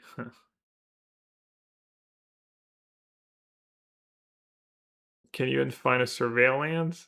Yeah, just ramping into surveil is so sick, honestly. I mean, I play that card in I think that card's like almost modern playable in the right deck. I've played that card and been happy with it in, what is it, my Green Sun Zenith? Or no, I was playing it in Tameshi Bloom, maybe? Bard the Bowman. Some limited stuff. Bard's Company, 4 mana. 2/3, you may cast this spell as though it had flash if you control a human, and it's a human itself. Other creatures you control get +1/+1. Whenever this creature enters or attacks recruits, and it makes a human. That seems pretty nice. That card does a lot. Good cards. Bifur Melodic Rider, 6 mana storied. Bulg of the North, 5/5 for 5. Just probably more draft stuff. Bulk's Company, 2/2 for 2 Goblin Soldier. This creature has haste as long as you control another goblin. Tap, sack another goblin, add red black. Meh. Doesn't seem like anything special. The Chief Warg, Legend, 4-drop, black green 3/3 mana. So whenever you attack while you control a creature with power 4 or greater, you draw a card and lose a life. It's probably too expensive for our black green wolf deck, but maybe you play like 1 or 2. The company is insane. 5/3 for 3 wolf, trample. This creature can't attack unless you control 2 or more other wolves. At the beginning of your upkeep, create a 2/2 wolf. Oh, that was the payoff. That's the build arounds of the wolf deck. Yeah, that card's pretty nasty.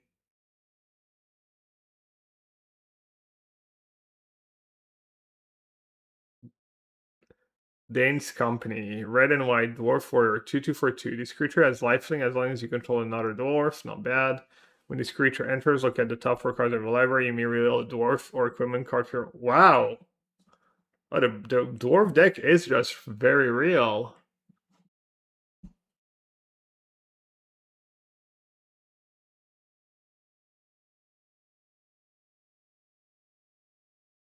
Voja? I don't even remember what Voja does.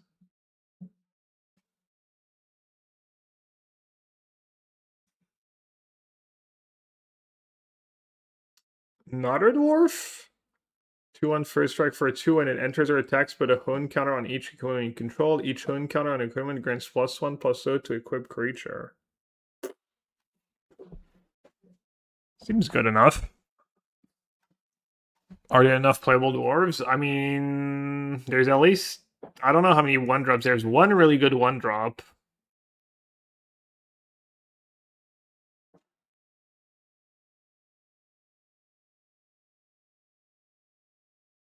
Vaja, Jaws of Conclave? I don't remember that card. Maybe it's the set I didn't draft.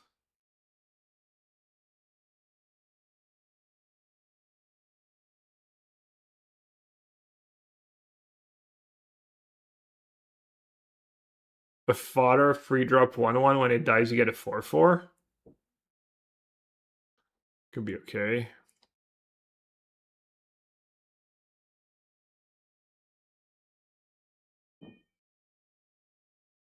So this, you get a 2/1 menace for 2.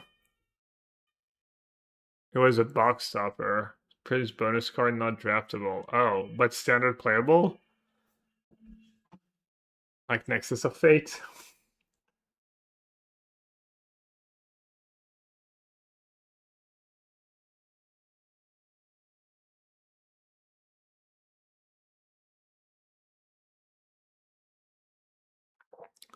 Great Goblin is the nuts too. Ragdos, and 1. 3/2 Goblin Novel. Whenever you put 1 or more counters on a Goblin, Orc, or army you control, the Great Goblin disadvantage target opponent. Whenever another Goblin, Orc, or army you control dies, exile the top card of the library. You may play it on. Card's brutal. Works a bit with Hex too. Reach, Trample, Haste. The Large Bear. Well, it's not really going to get used to Reach, right? Because it doesn't have Vigilance. You're going to be like, huh, it just didn't attack me with this Trample Haste creature. I think you can figure it out, Naughty. Plus, if you play on Arena, there's going to be the bow.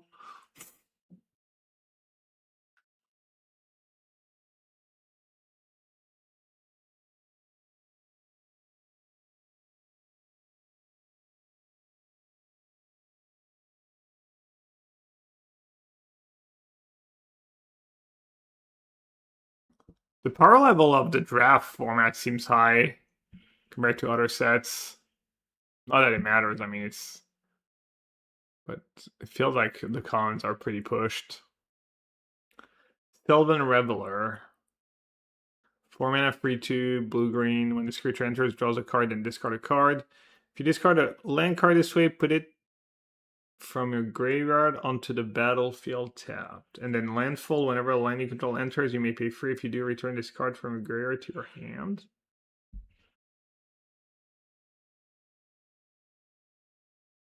Wait, what?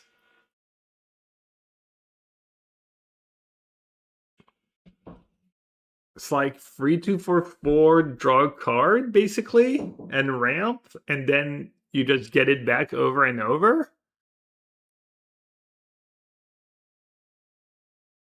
No, landfall. Whenever a lane you control enters, you may pay 3 mana. If you do, return this card from a graveyard. You can just self-mill it with Ice-Still, just get it back. I mean, sounds like it could be like Sultai engine, like your WinCon and Sultai control or something. Reminds me of Masquerade.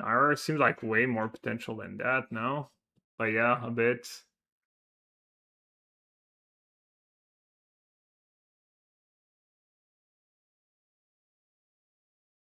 4 Esper Origins is not enough, honestly.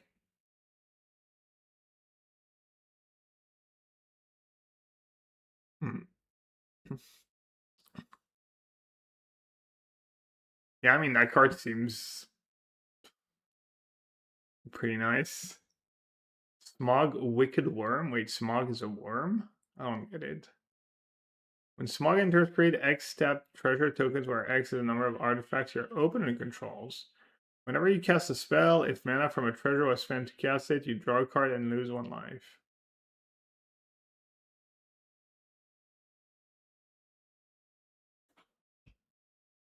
Seems pretty good, honestly. Girl making I don't know. There's like probably better 5 mana dragons that draw you cards. There's like the red one, right? That like you reveal the top, you flip the top cards, and it's just probably way better than that.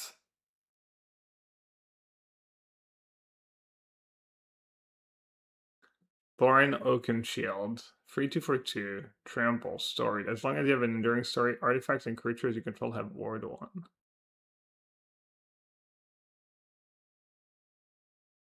I could see playing like 1 in the dwarf deck if you don't have enough. I don't know. Maybe you have too many 2s, but 3, 2 trample is an upside.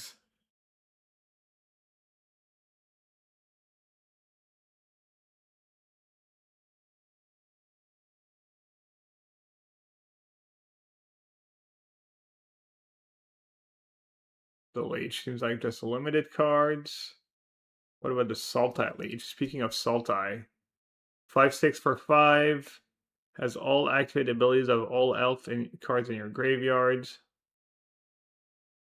Whenever another legendary elf you control enters, draw 2 cards and discard a card.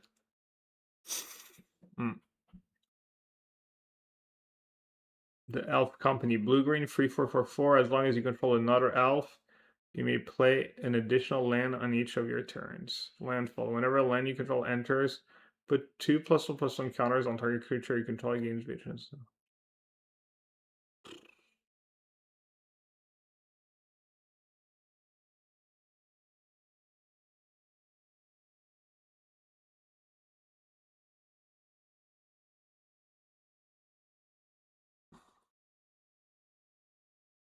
Tom, Bert, and William. 5 mana, 5/5 legendary troll.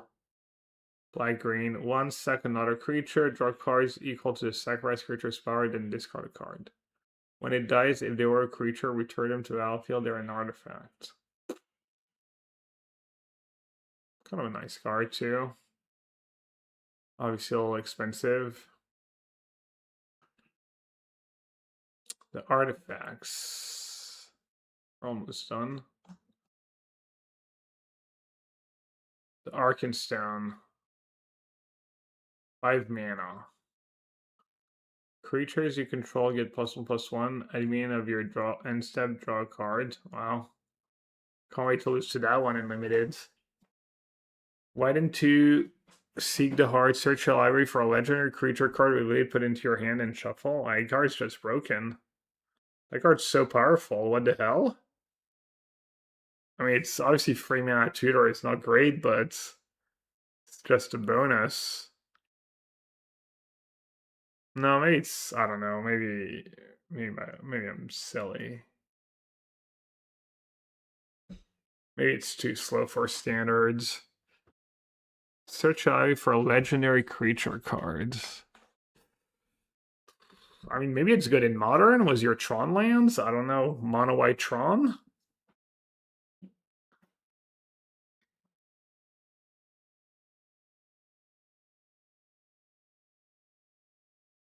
Is that my payoff in the Emery deck? Blue-Eyed Artifact? It fights with Elspeth for the 5-mana spot? Yeah, I guess. Yeah, could be worse than an Elspeth.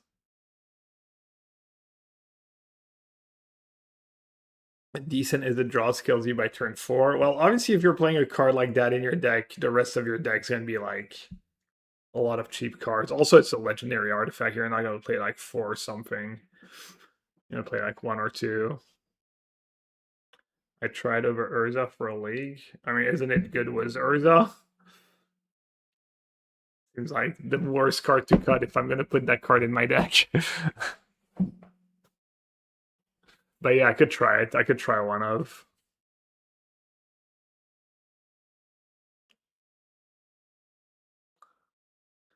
The Black Arrow, 3 mana, flash. When it enters, deals 1 damage to any target. If a dragon is dealt damage this way, destroy it. Oh. They knew they made dragons too strong, so can you imagine you're in the finals of the Pro Tour playing your dwarf deck and you just get paired against dragons and you have 4 Black Arrow in your sideboard and you're like, let's go. Easiest trophy of my life.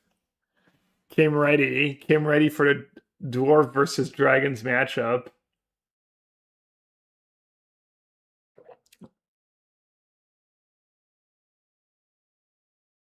Man, even that card's not so bad. 2 mana equipment. When it enters, attach it to a target dwarf you control. Equipped creature gets +2/+2 and a ward 1.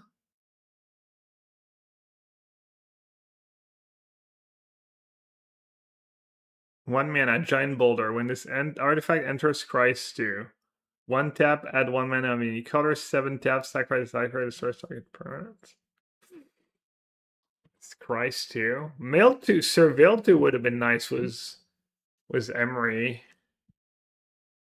Just digs deeper to your good artifacts.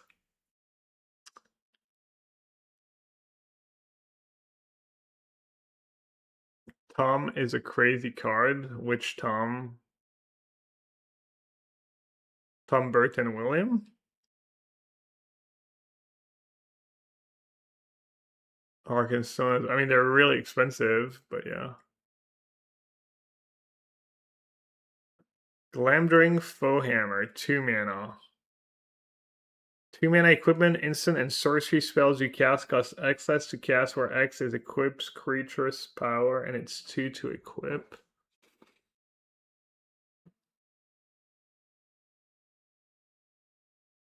And then 4 mana sorcery, mail 6 cards, and put all instant and sorcery cards from among them into your hand. That card seems bad. I mean, I guess the point is you play the blue part first, and then you equip it, and then maybe it's not bad actually. Maybe it's he's playing like one off in your blue red prowess deck. Is that bad in blue red prowess? Is that just worse than any other top end you could ever have? Kind of good with Slick Shot, right?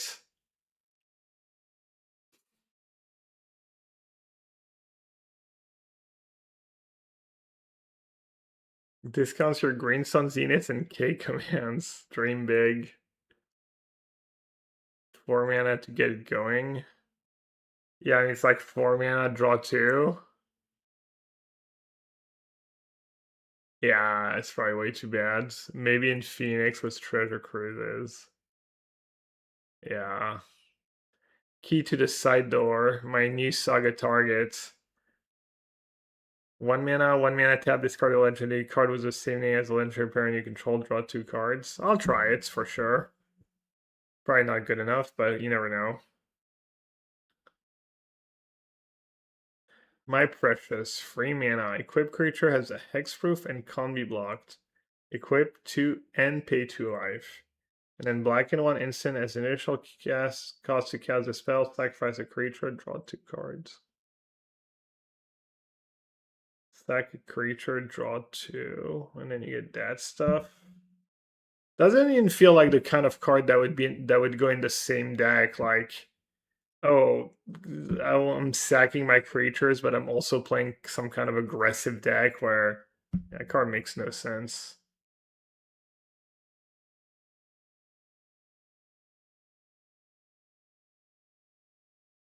Horcrux, Goblin Cleaver. 3-mana equipment. Equipped creature gets +2/+2 and has trample. Free to equip. Whenever equipped creature deals command damage to a player, choose a creature type. Create a treasure token for each creature you control of that type. My card seems bad. Sting, Bilbo Sword. 2 mana. Another equipment. Flash. When it enters, put a Hoon counter on Sting for each creature target opponent controls. Attach Sting to up to 1 target creature you control. So it's base nothing? So it does nothing if your opponent has no creatures?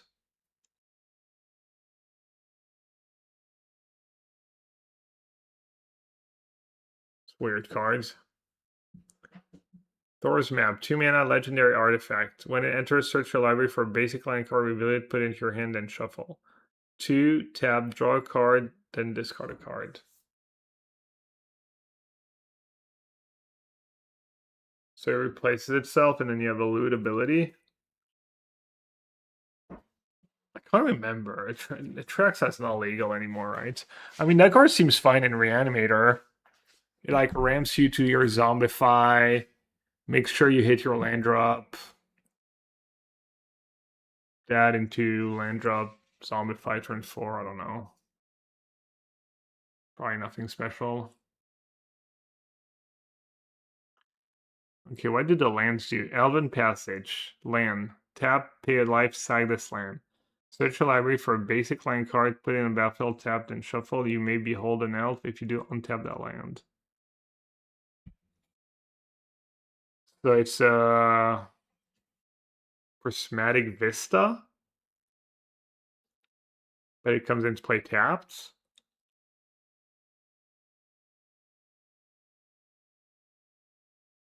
Except if you're playing elves. So black green elves gets like real fetch lands. It's kind of insane. And there wasn't there like there's landfall and stuff? There's down in the valley landfall. Fabled Passage. I mean, down in the valley looking really nice to me, honestly. It might just be a worse landfall deck, but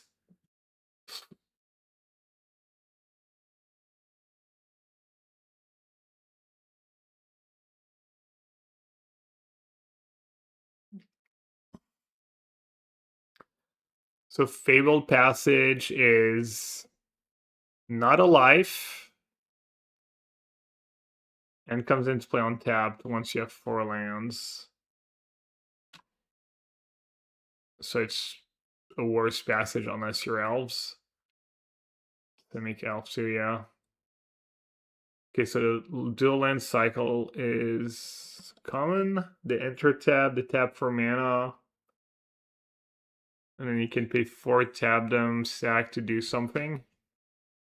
Or they'll do the same thing, they'll put counters on a creature of your type.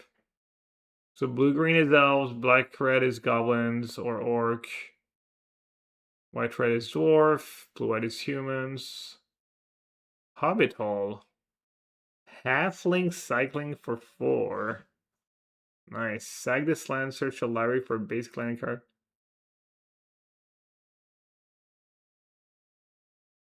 They power crept. They power crept. It's all over. They power crept.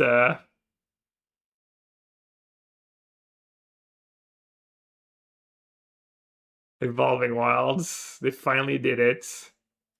Was there already power crept Evolving Wilds? I mean, I guess you could say Fabled Passage, but you know what I mean. Common, etc. The Lonely Mountain. Red Land Mountain. Taps for a red. This land enters tapped unless you control an equipment. 4 tap, create a 2/2 red dwarf creature token. This alley costs 1 less for each. Dude, that card's just broken. Not broken, but holy. Yeah, I mean they definitely tried to make the dwarf thing real. Sometimes they push it and sometimes they don't, but definitely pushed it. Yeah, fetchable. Well, I don't know if fetchable is relevant, right? Because you're not gonna play that card in I mean, I guess no white red equipment in modern. Yeah, sure. Yeah. I didn't see my I didn't realize that 2026 was had me playing some hammer time in modern, but it probably will happen.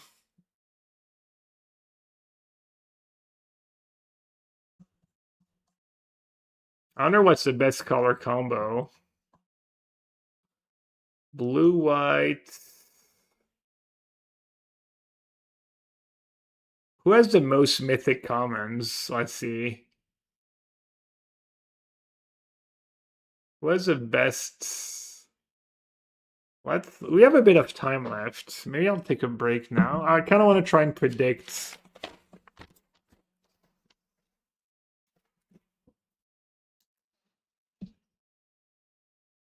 Yeah, just the recruit mechanism, but all this stuff's pretty pushed.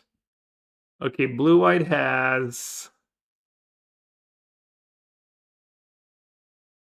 Provisioner was recruits. I mean, depends if all good 2-drops are good or not. I mean, it depends if there's a lot of 2-drops or not. Feels like every common is playable, right? What's even the difference maker gonna be? I mean, that seems like a fine 5-drop. This is like 2-drop. This is kind of card advantage for 4-drop. The Garrison is like nice for 5-drop card selection. That 1-drop, I could see that 1-drop being underwhelming. The removal spells could be underwhelming, but still fine. Moment of Glory at common. Especially man, you're just recruiting your moments of glories away and just casting them and pumping your token. That seems so busted.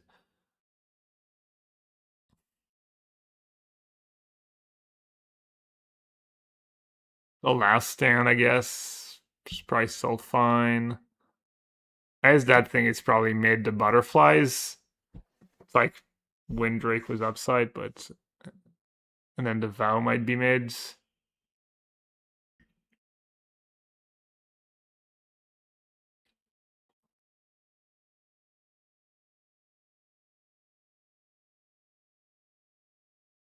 Maybe the blue commons are a little bad. 2-drop that grows every time you recruit. 5-mana creature that draws you 3 cards. No, not really. 3-1 flying for 4 recruits. I mean, I guess the power level's just through the roof for limited, so it's probably gonna be pretty hard to see which. I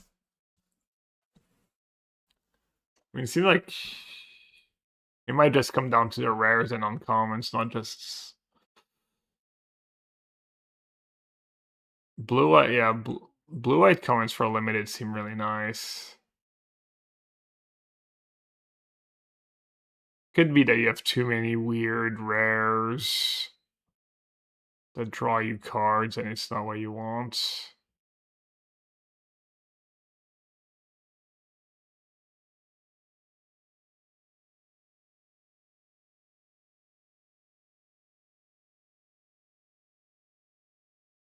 It might depend like how flexible each color is too.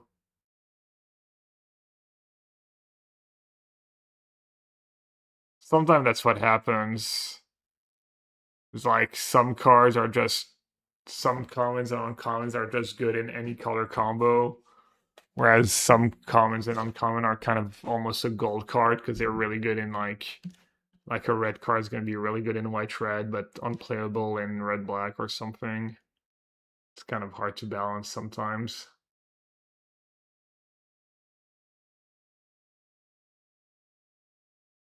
When does the set come out, by the way?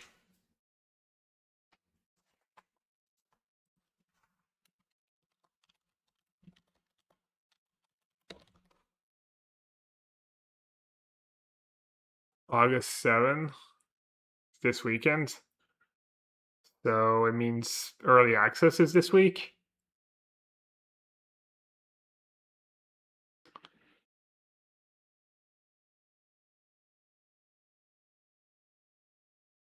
Oh, there's no early access? Really? Okay. I didn't think I saw the email, but I figured I just missed it.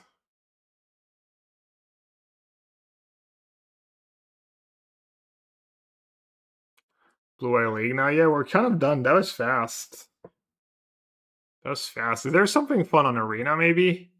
I feel like something a little chill. Like a draft or something. Or maybe like a win a box if it's still going.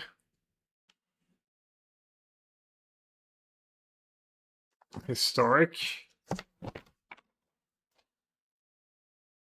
What ended up being good in historic last time around? Yogg won the Arena Championship. What were the good decks?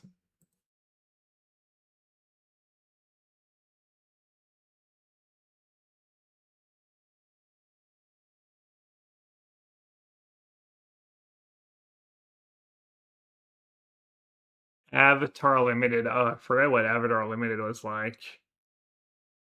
I mean, winning a play booster is like,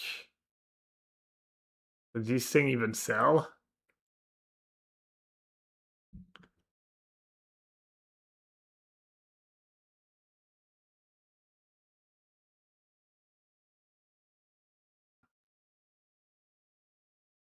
I could do the Planner Cube draft. What is Planner Cube? High-powered, ever-shifting environment. Every week, the cube visits a new plane and the majority of the cards rotate. So you can still play your decks.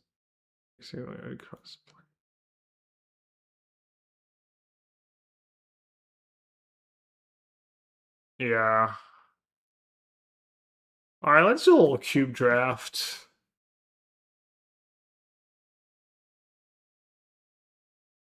Let's even have a draft token, apparently. Alright, I'm going to take a break.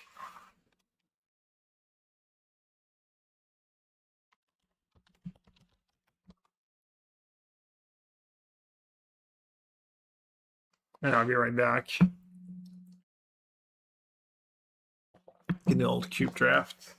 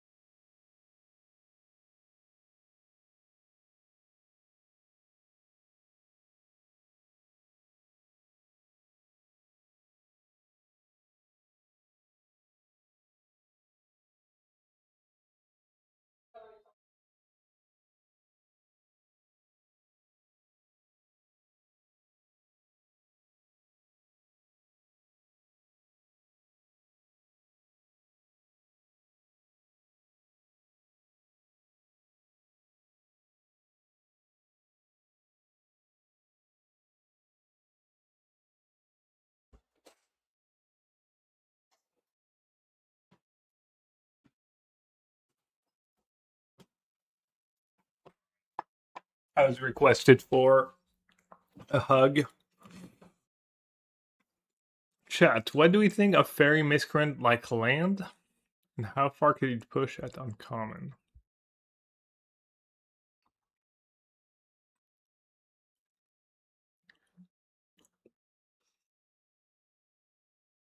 Take a look at the card pool real quick.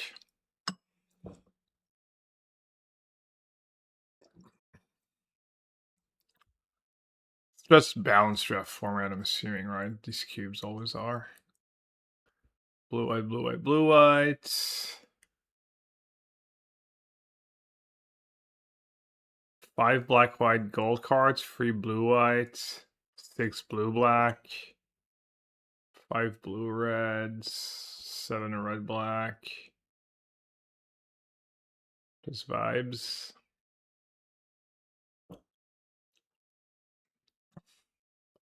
What's the best card you can open?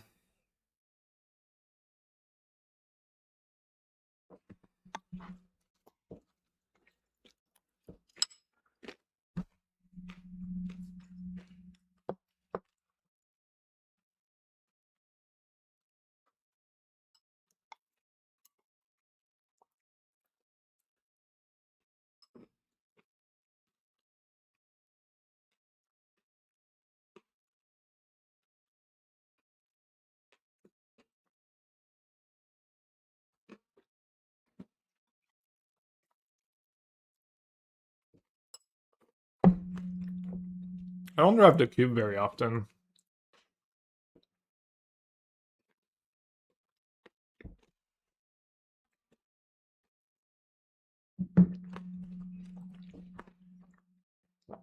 Alright. Confirm not at that game.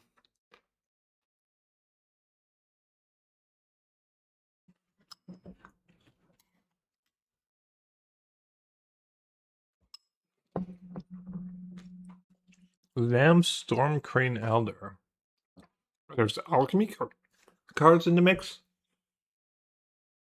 Whenever you cast a non-creature spell, conjure a card named Monastery onto the battlefield. Wow.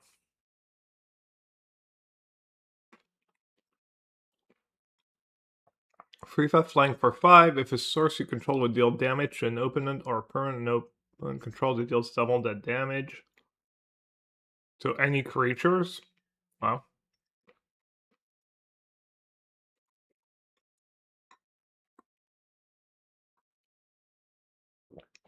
Okay. Fungal Sentinel. Not as good. Champion of the Parish, Transmogrant, Blood Crypt. Wait, what? Isn't that the broken card? The Architect? 1/2 flying. Whenever this creature attacks a random land, card in the library purely becomes a basic call in addition to its. I take that, right? Is there fetches? And there's fetches too? I'm gonna take the broken timeless cards. Wow.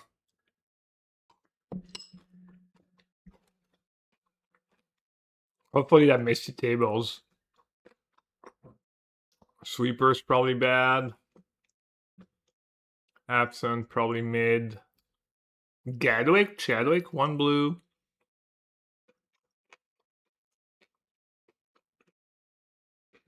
I mean, I'm assuming this card's just broken, but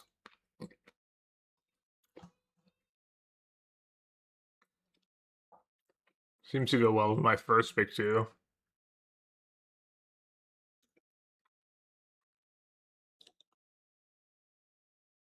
I guess there's a lot of busted cards, but got a nice little start.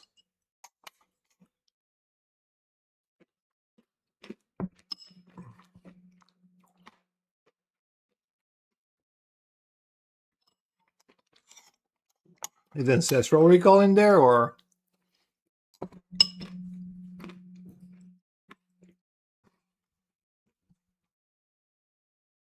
They find any flicks with it where you like right click and you actually get to see all the cards? Kind of piece it together. Ooh.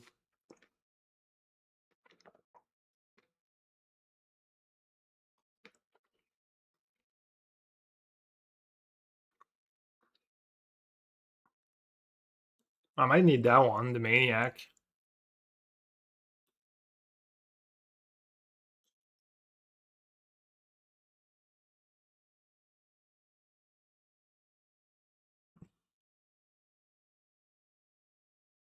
So that one's exponential?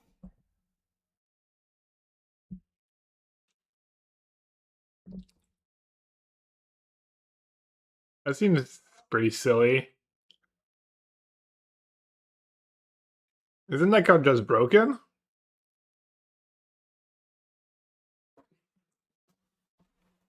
Or should I take Thing in the Ice? Maybe I should have taken Thing in the Ice. Oh, I guess you just mail yourself, right? You just get mailed? Yeah, that was probably a bad pick. Yeah. Yeah. Well,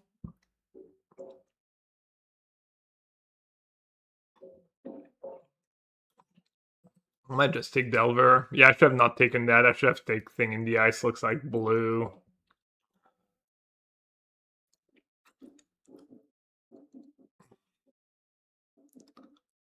Self-mail, yeah, I could try and self-mail. Yeah, I'm gonna take the Delver first. Maybe try and be blue-red.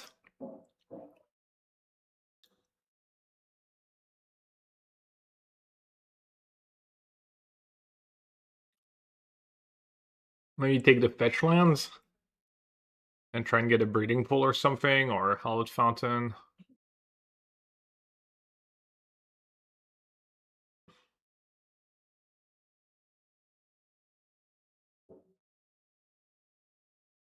Center left. Can move myself a bit. This is a bit better. I'm only hiding like a bit of the bottom left cards. Pival, the balance scale.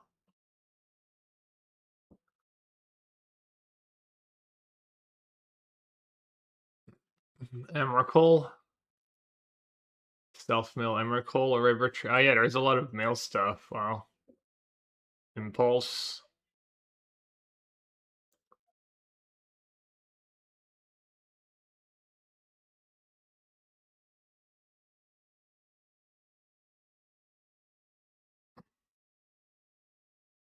Alright, you know what, Stoke? I'm kind of lost. I might just take Impulse. Probably not the pick, but probably can do better than just playing a bunch of Impulse. Rumble. Yeah, maybe self-mail is just good. Blue-green self-mail.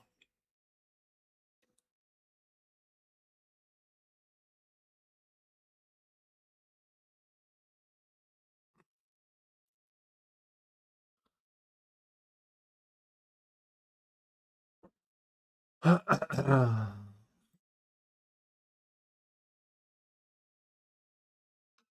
Let's think that stuff, see if it tables. See if Oracle and stuff tables.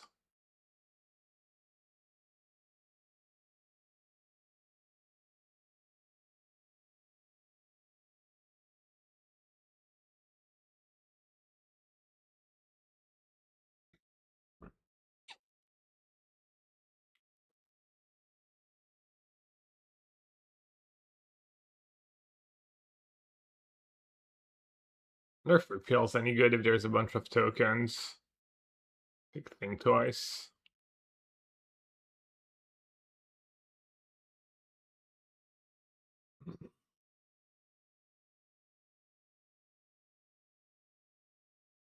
I'll just take the Mind Stone, I guess.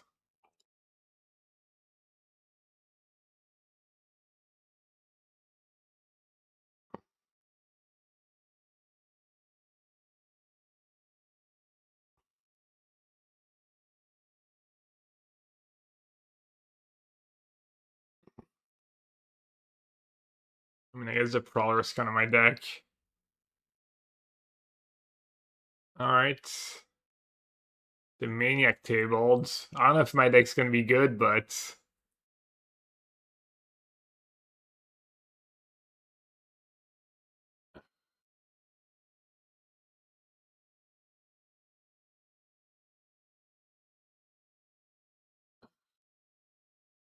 I don't think the Oracle tabled.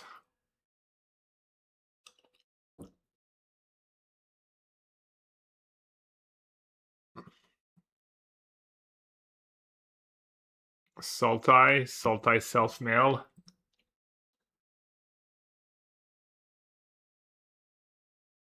Target open mails 13 cards. Put this card from your out to battlefield transformed. And it's a 1/1 skull. It's its owner's hand. I want to mail myself, not my opponent. Discuss 3 cards from this card from your out to the battlefield test for each card in your hand. Oh. Monuments, Key. Isn't Key kind of great?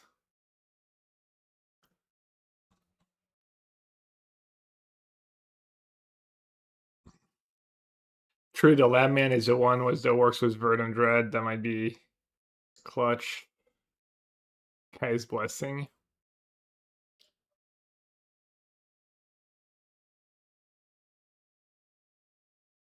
So I'm gonna be kind of a controlling self-mail deck. Team Vents. Not the right fetch. Maybe just Roar of the Worm. Feel like I'm drafting a bad deck.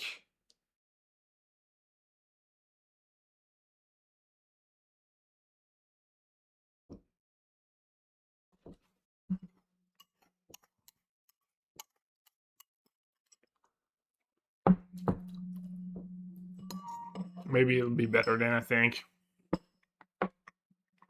Going up the rails, not really. We're self-mail. Every card we drafted is a self-mailed card almost, but just feel like it's not gonna be good.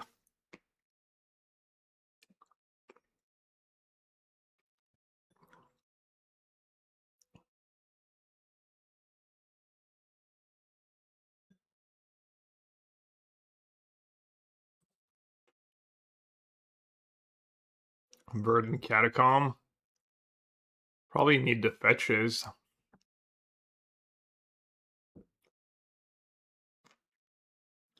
Or should I preordain?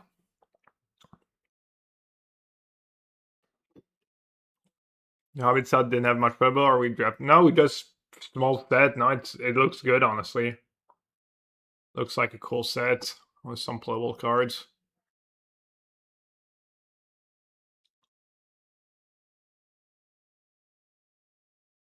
Do I need a cheap blocker, maybe, the Dryad? Or do I do the Vessel?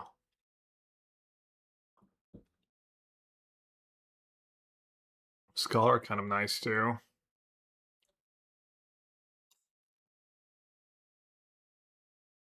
More of an aggressive card.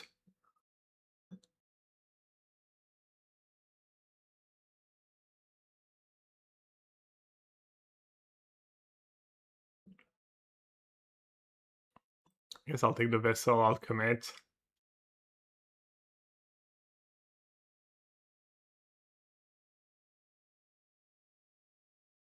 Oh. But you can have multiple times the same card in a pack? Didn't we already see Spider spawning? I'll watch a video later so I know what to further. The Loki's and numbers paid off last time. Nice. Looks like Golem might be too cheap.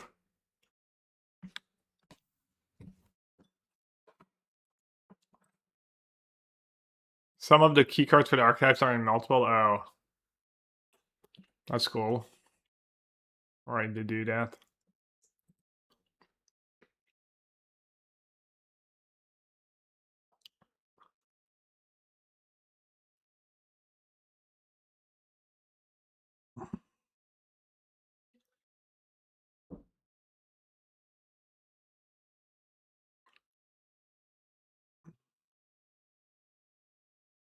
Is the anchor fast enough? Mayhem's kind of nice with a self-mill, right? I'm gonna splash black. Maybe I'll take that. Is Mayhem just discards? It's not when it went to the graveyard. I don't think I know what Mayhem does. Ban Triumph, Regrowth, Fungus.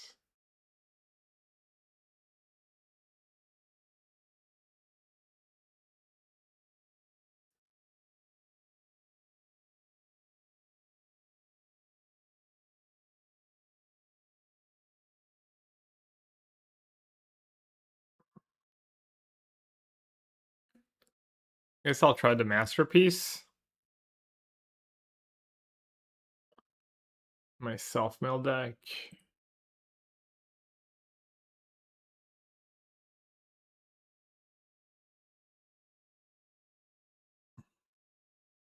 I mean, cast this card from a graveyard for 2 if you discard it this turn, yeah. Yeah, I guess Sultai is supposed to be self-mill, but also creature-based. The Lich is nice.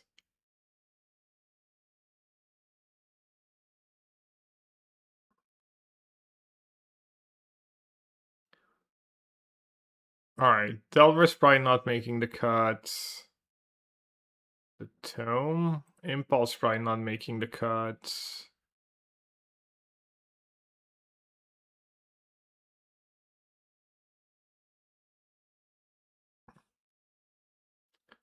Let's slash.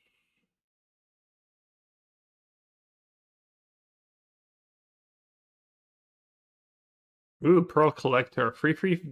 You have your second main pivot. You gain 4 more life this turn. Oh. It's not really what I'm trying to do. Caryatid's nice.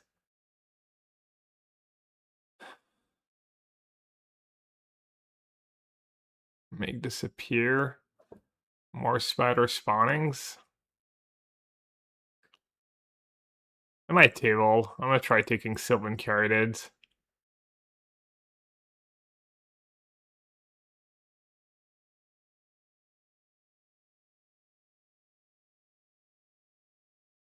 Traverse. Sewers and Watery Grave. Search the library for a basic land, reveal it, put it in your hand, and shuffle. It becomes a clue. Huh. Alright, let's just take Sewers.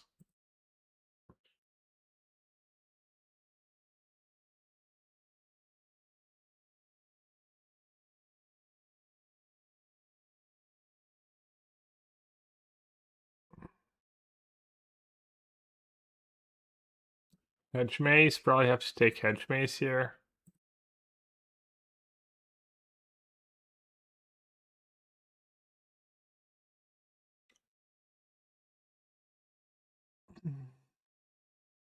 Commit to memory. Not exactly what I'm trying to do. Flow State and Crab, and that one comes back.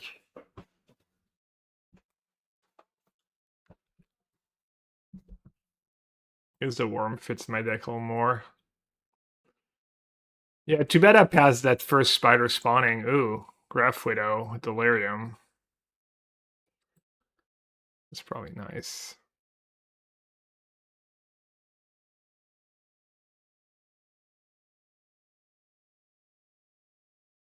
Mortuary would be nice too. Oh, there's a Delta.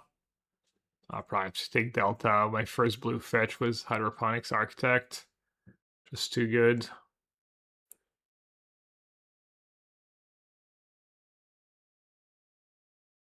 Muldrotha, my commander. Oh, commander, my commander. Sure.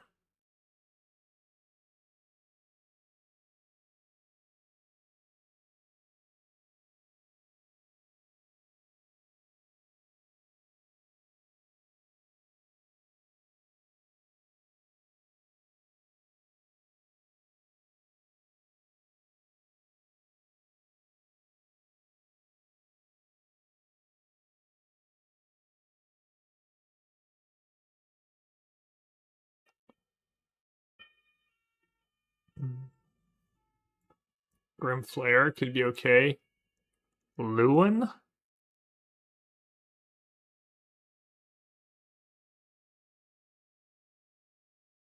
Or Midnight Tilling?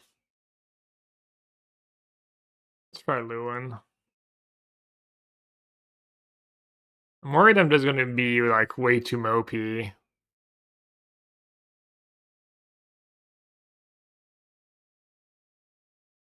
I'm just gonna make a lot of silly ground creature and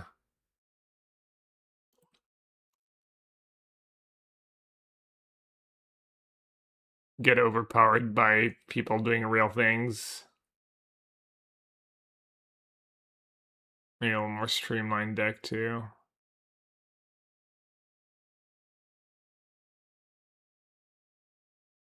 It's not that exciting, right?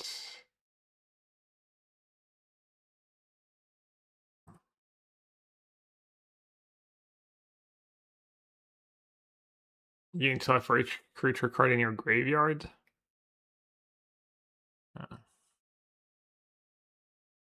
Or just the insight. Just gotta do Dredger's insight. Oh, I got the crab and the flow state back. I'll take the crab, I guess.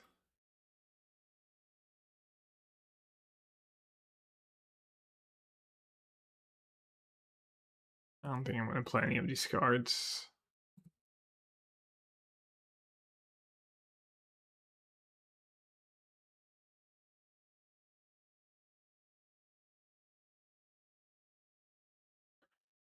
Yeah.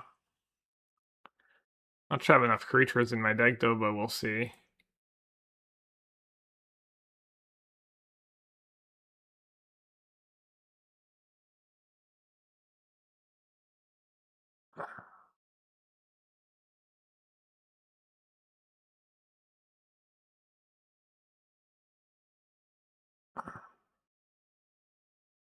I have some.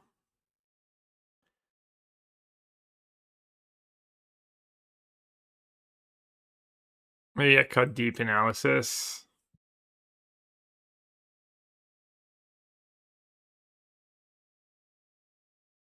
Yeah, I just don't play the tome.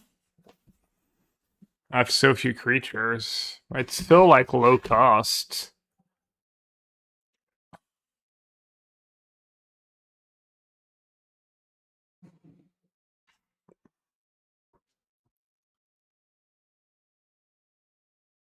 But I think I need every card in my deck to just be a creature or self-mill cards.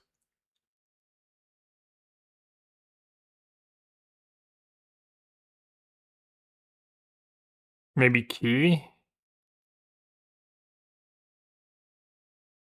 Time Warp. The card's so nice.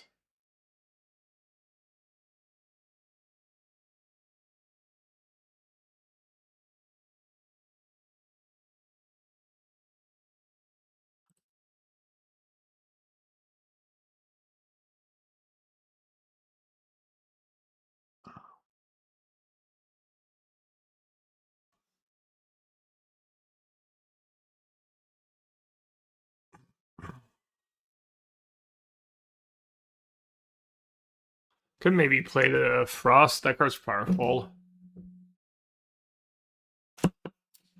How many cards I have to trigger it? I have Rumble, Forbidden Alchemy,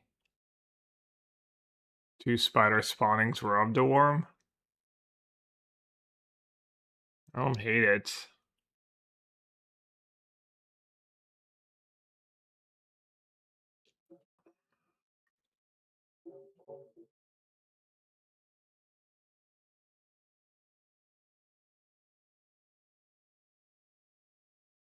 Do I need 2 basic swamps?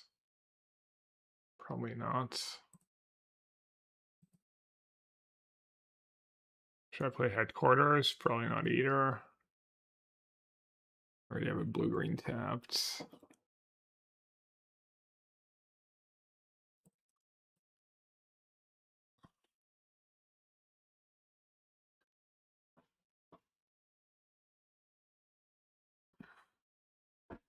You're not playing DA stupid.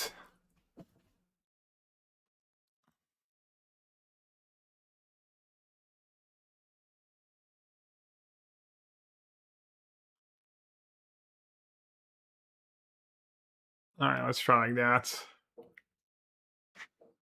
Let's see if the self-mill strat is real or if I got baited.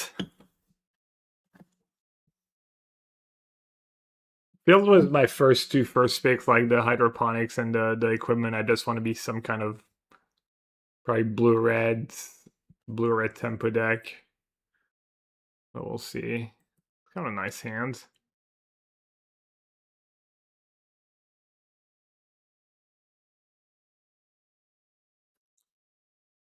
My deck can't beat a shock. If they just save a shock for Maniac, I just can't win.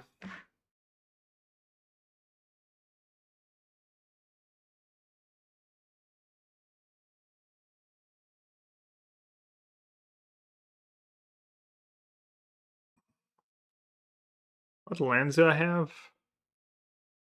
Sewers and Hedge Maze, and then basics.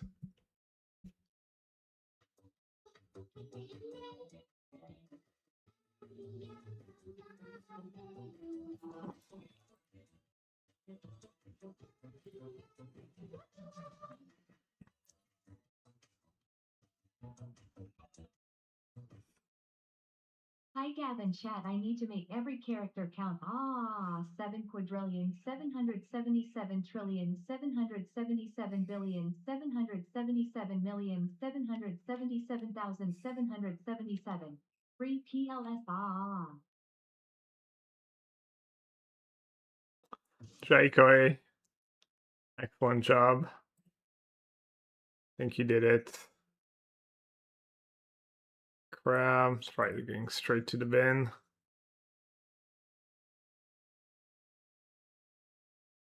Turn 2 carried it, GG. Unbeatable. What do you mean you got scammed? You made every character count. You got max value.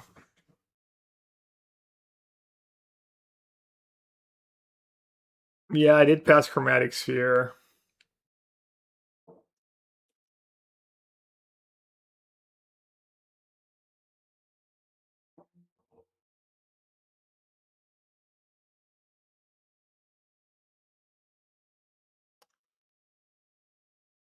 I guess I'm an aggressive deck.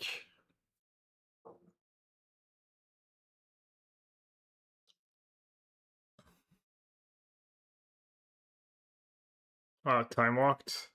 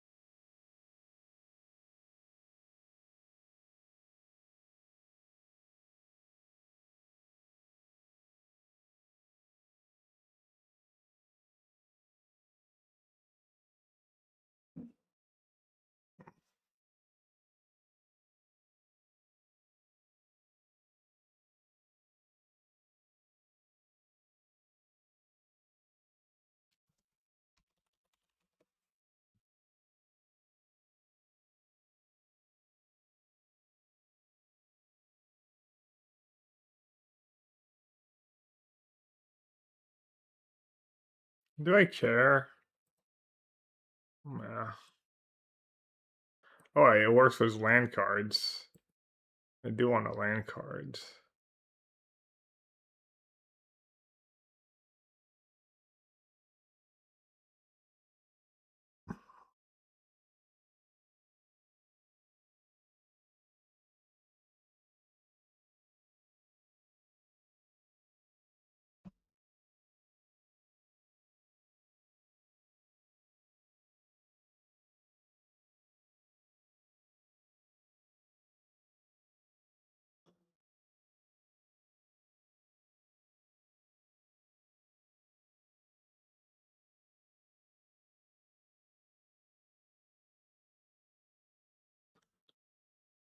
I'll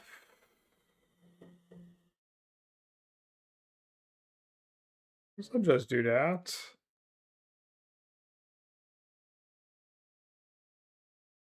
Can't be countered is nice.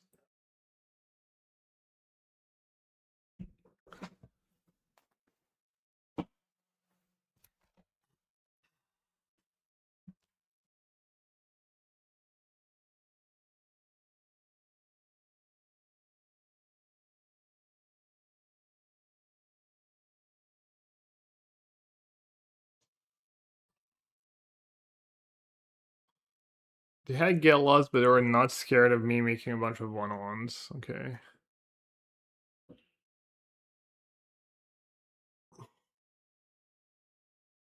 Oh, it's Fateful Absence, not get lost.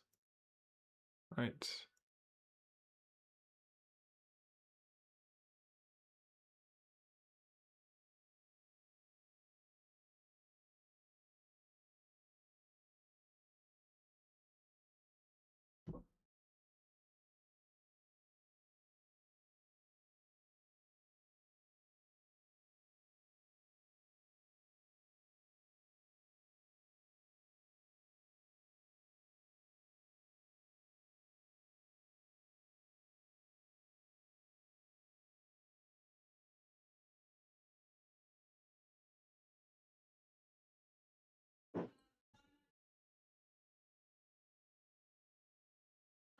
As a DA is really important. It was Maniac. Make sure I killed him when.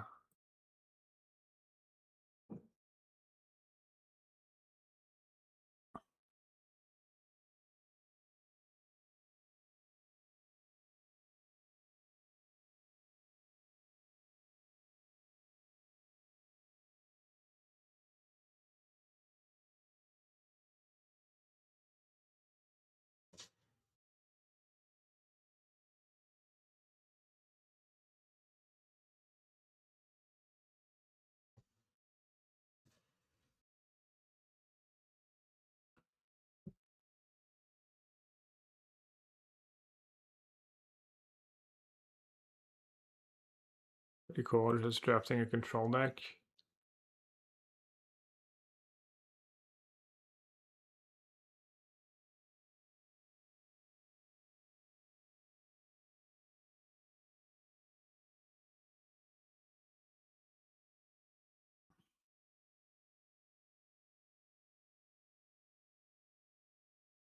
Ouch.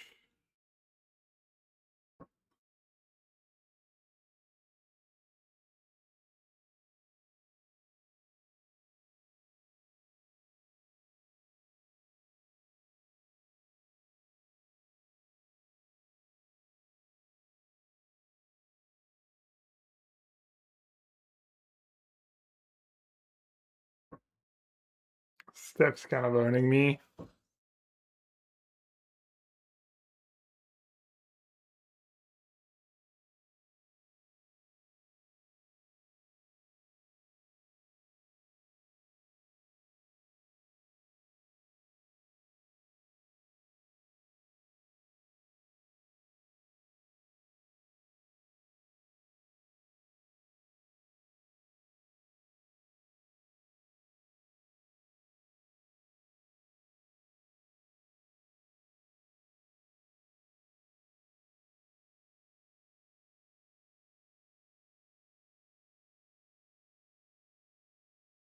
They could have milled me. 6 cards left in my deck.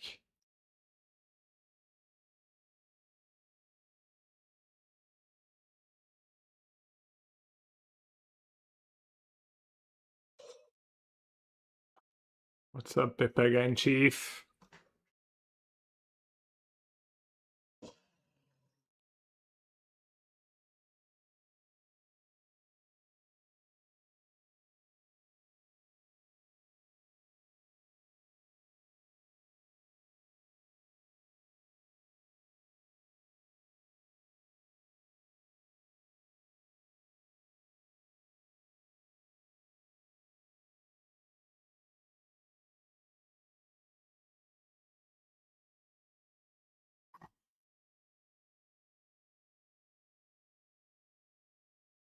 Are Spider or outsized, but are they outnumbered? That is the question.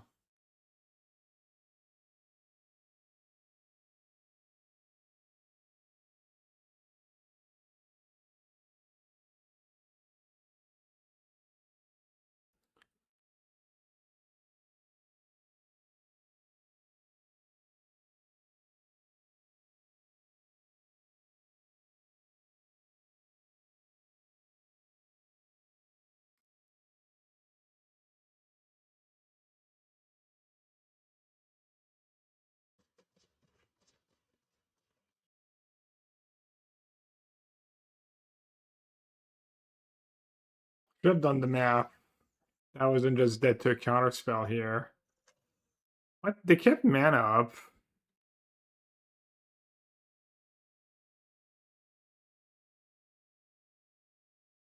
Should have done that last turn.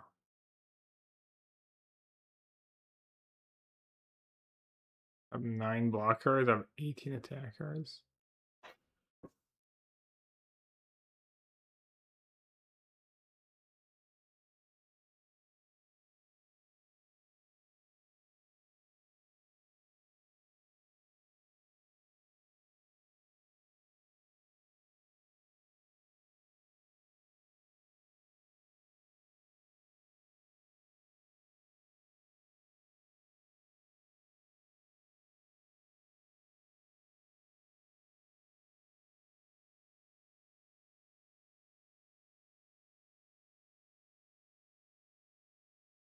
Right now, I literally do die.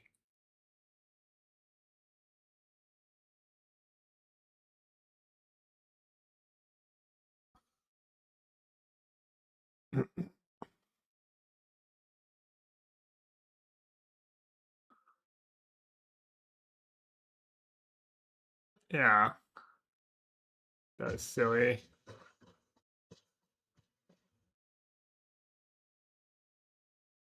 That's all silly. I'm dead to counter or removal.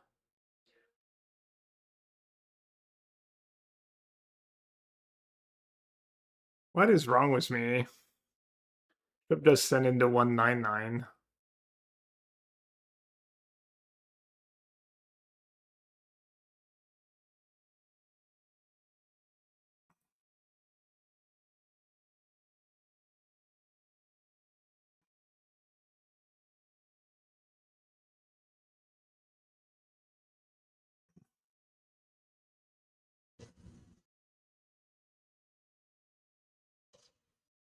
It's not lethal, at least.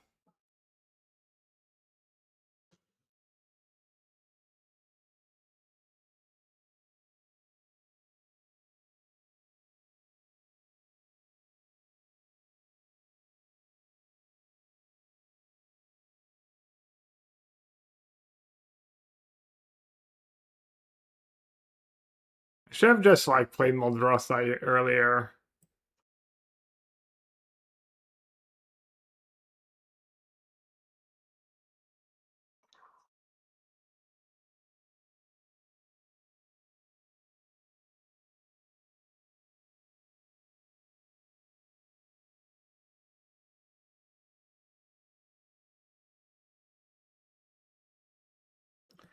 I was thinking I would save it to rebuy Maniac, but probably not smart.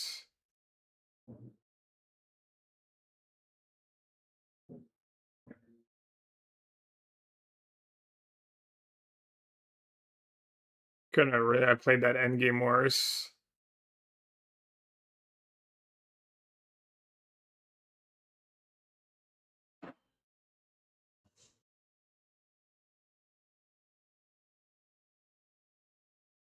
But just not attack, play the Maniac, or play Muldrotha first. Rebuy some lands. Oh,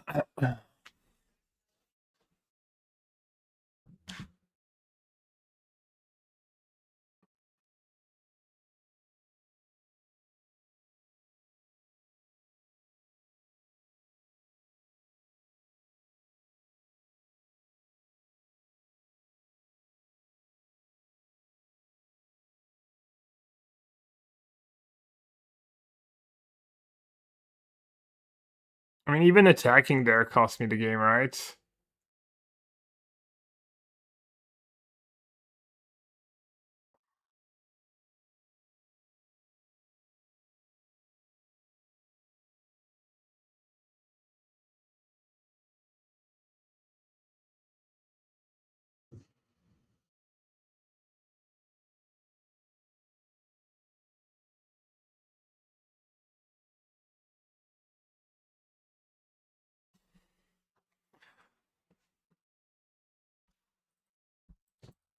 I would have maybe been fine if I just didn't attack. Yeah, that was atrocious. All right, warm up game.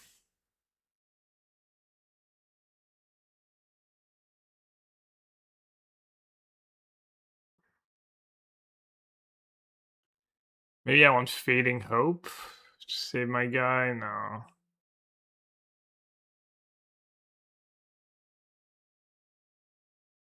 Yeah, I didn't have a removal for it. Yeah. I mean, my aggressive plan seemed somewhat effective. Some of my attacks were pretty sus.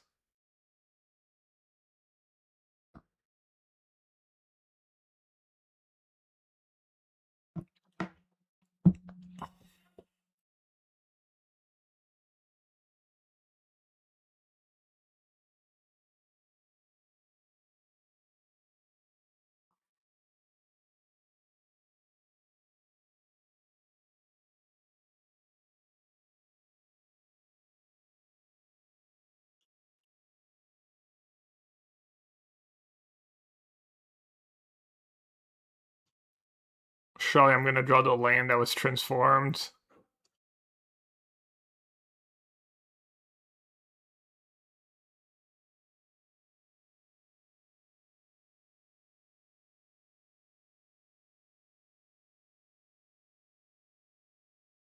Unlucky.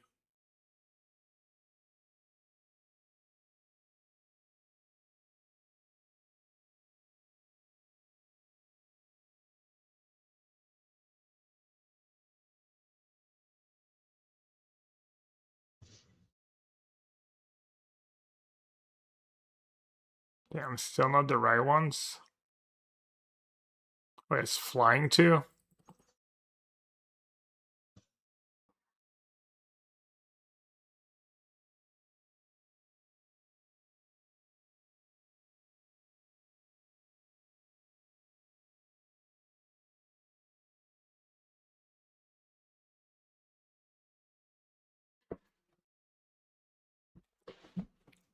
Alright, let's see. Let's see if I can catch up. I doubt it, given the power level of the format. Feels like I've got to be so cooked here.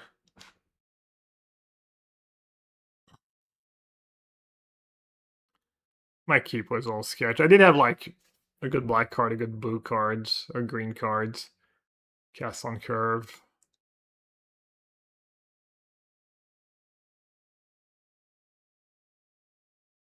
Okay, that was kind of nice, I guess. Playing a little self-mail in their beatdown deck.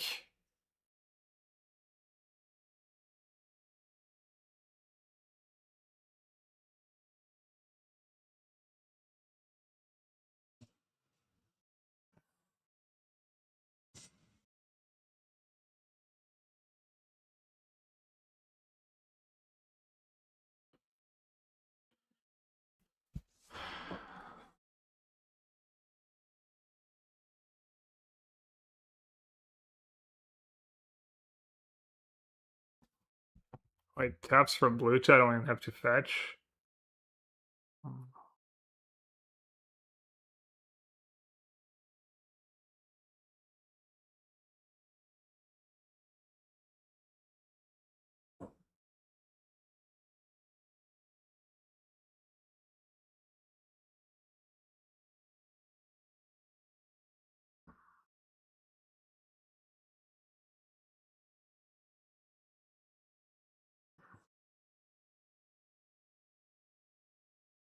Tapped.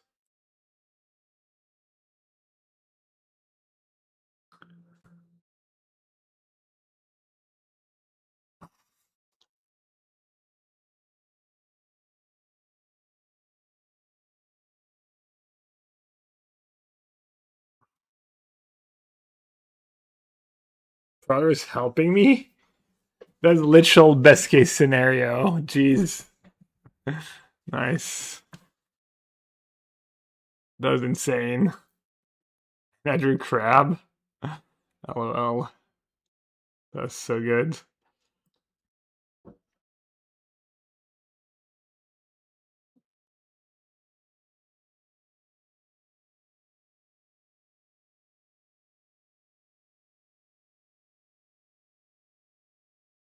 El no sabe, yeah. For sure, El no sabe.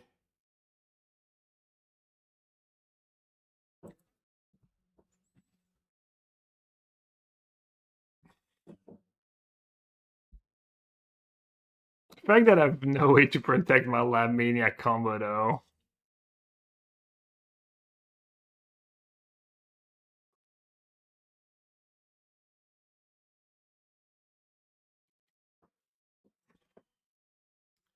Okay, why did I let them attack? Maybe I'll just bring back this thing.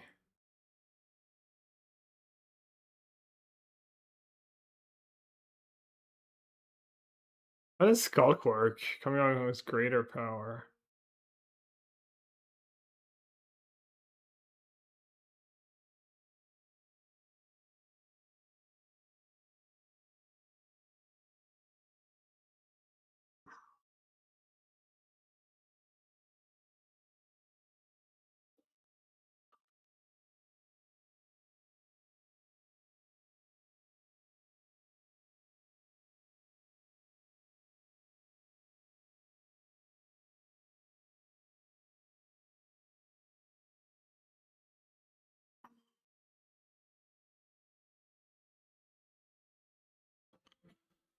Uh,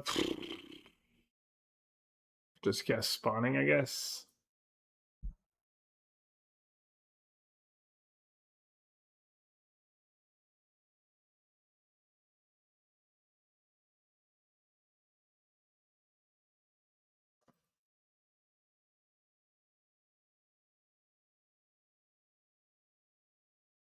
Should try to actually kill them though, but either need to kill them with damage or I need them to tap out.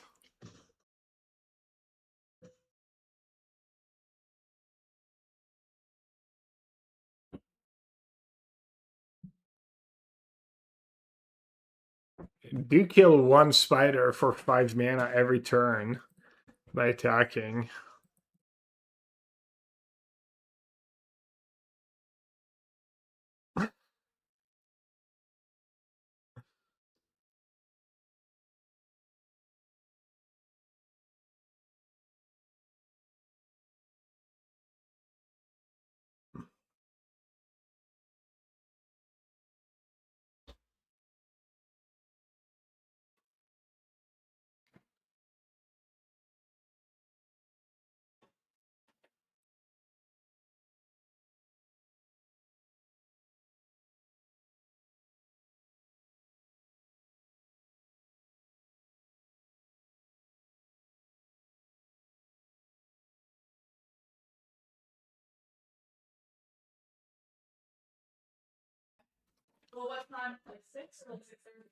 Well, 6 at the latest.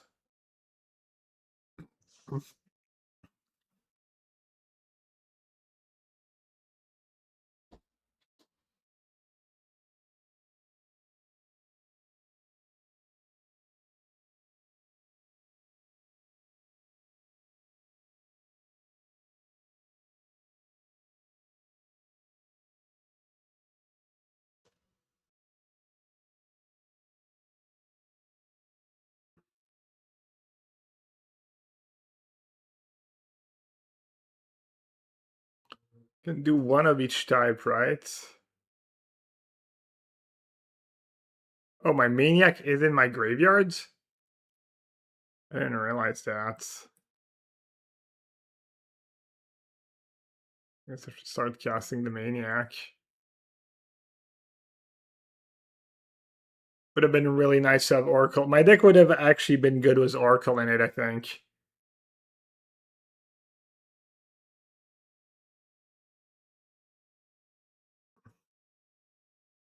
Damn, apparently I cannot beat a Spellcaller. That card just owns me.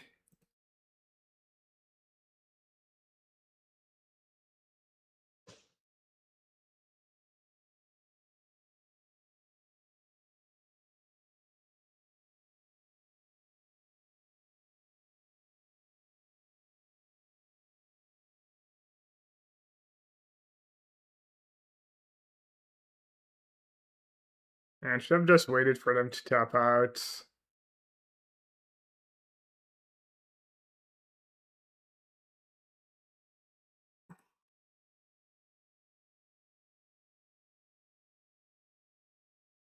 That could be good though.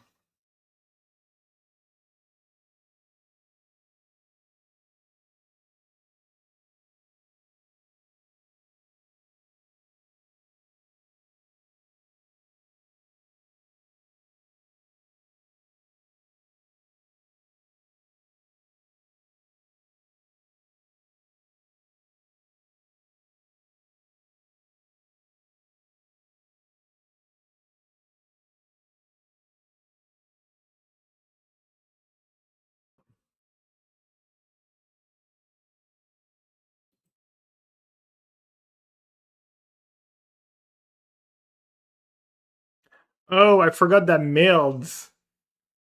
Oh my god. Whoopsie.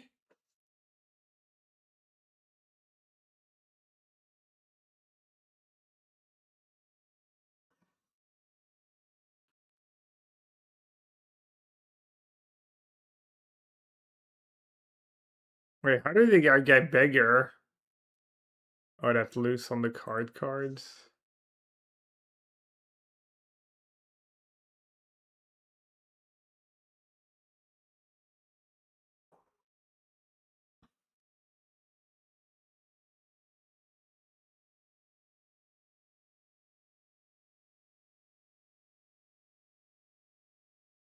I need to like play the key and hit like approach or something.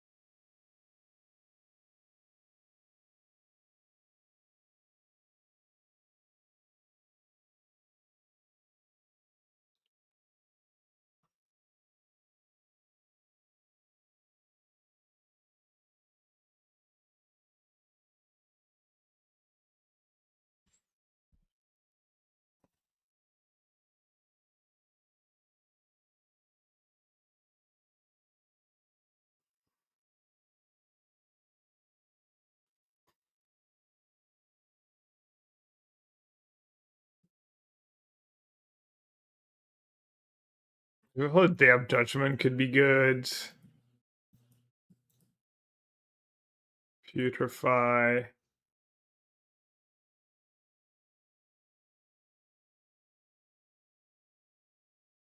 Oh, they tapped out?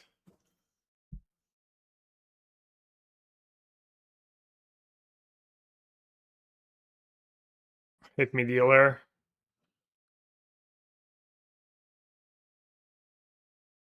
Probably just game right.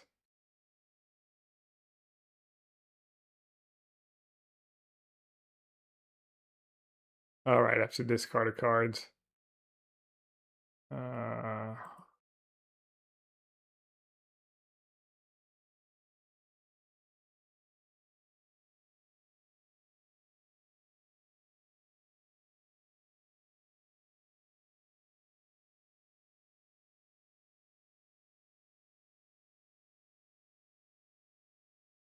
I think I can just play my lands.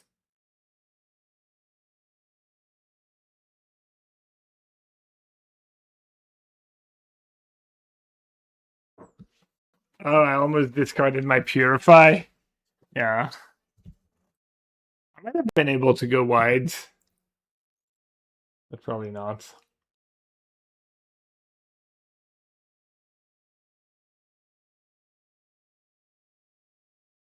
I wonder if alchemy should just be something else.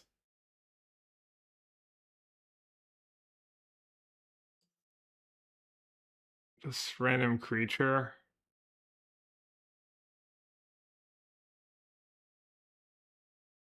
Maybe Mind Stone. This way I can win at instant speed.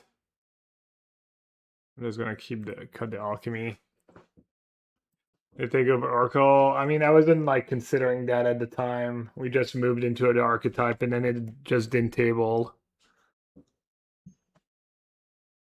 Oh, think twice too. Yeah, of course. Yeah, think twice is the nuts. I'm dumb.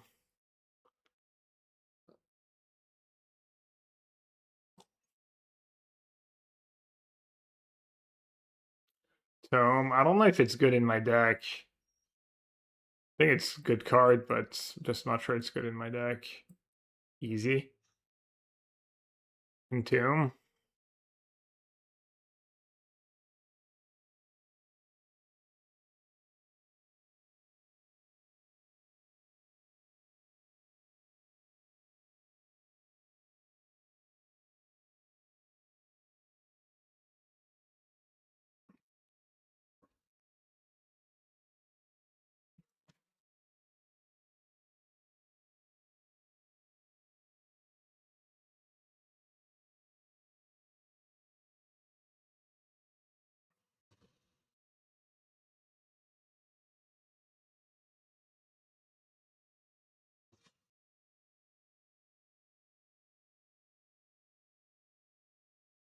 Oh, it's GG.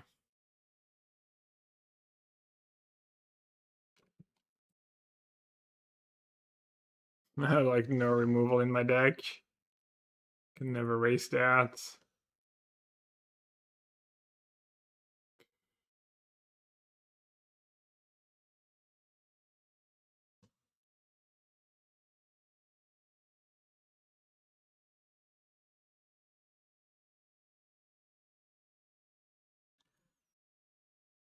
Maybe I should Lewin first.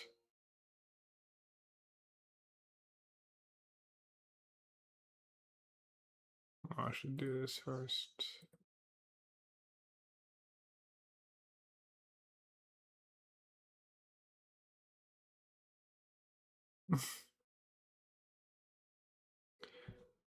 Why does Plunge cost 40?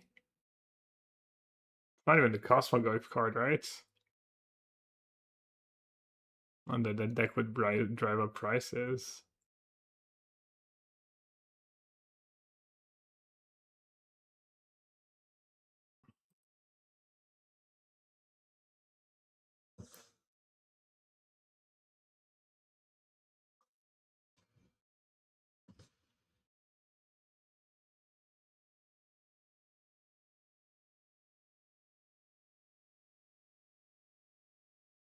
Like 6/6, nice chum blocker you got there.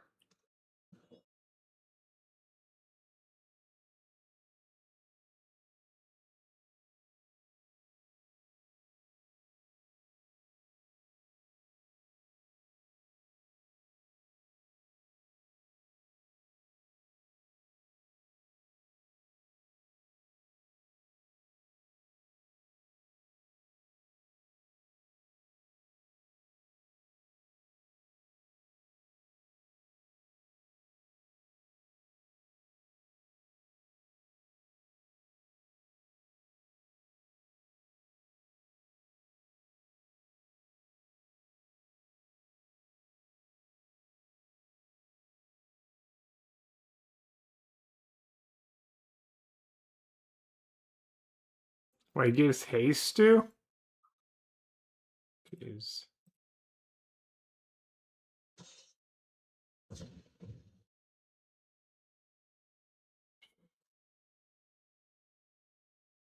Well, that was the least close game of limited I've ever played. Like, for playing a spell every turn and curving out.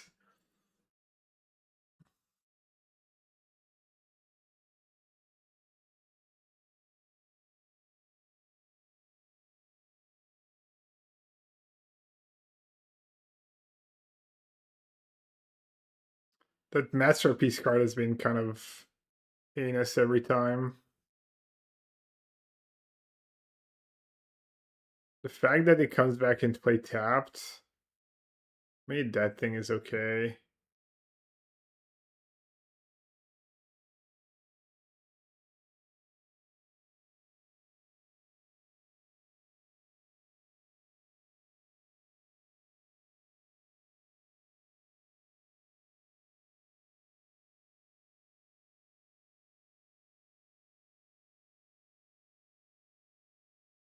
Maybe the vessel is a bridge too far. I don't need the vessel.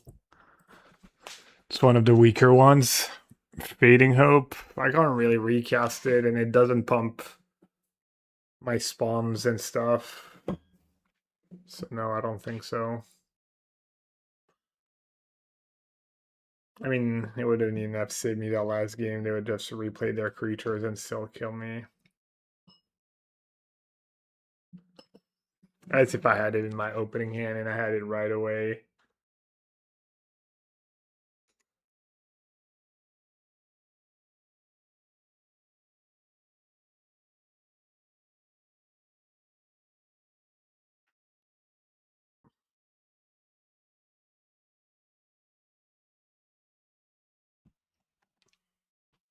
Just need to dodge the aggressive decks and I'll be fine.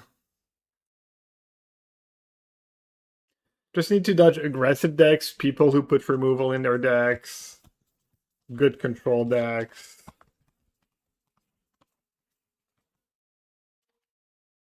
Got to draw. Let's go.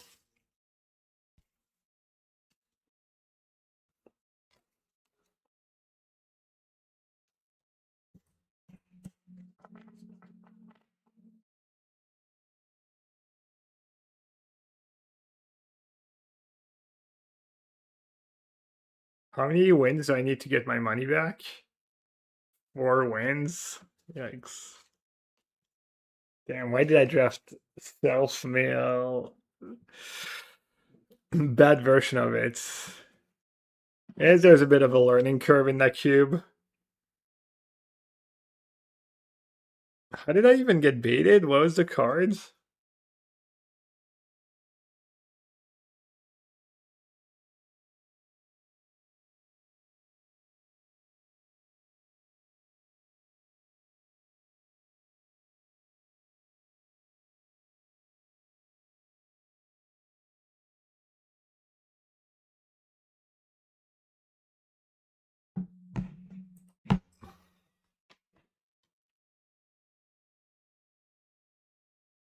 I think there's a Powered Cube Draft Arena Direct. Bad news, it's for Spider-Man. That sounds like... It sounds really sweet. Bad news is for the boxes they can't sell. Like, what do we have left over these days?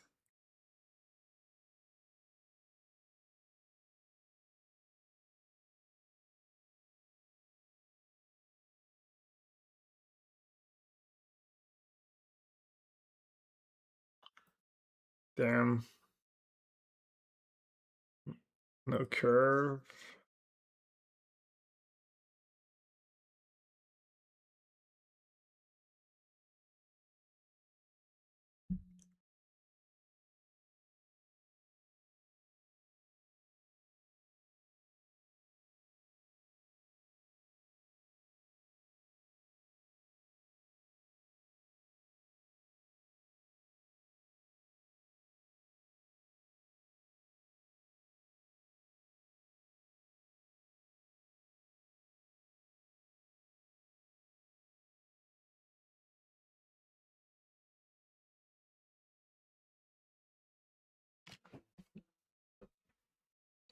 What should I play first?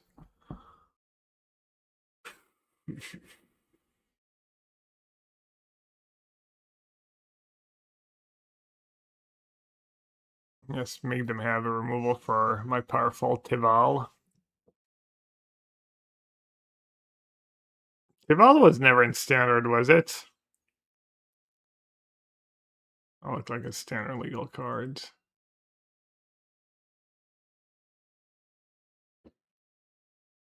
It's a commander. Yeah.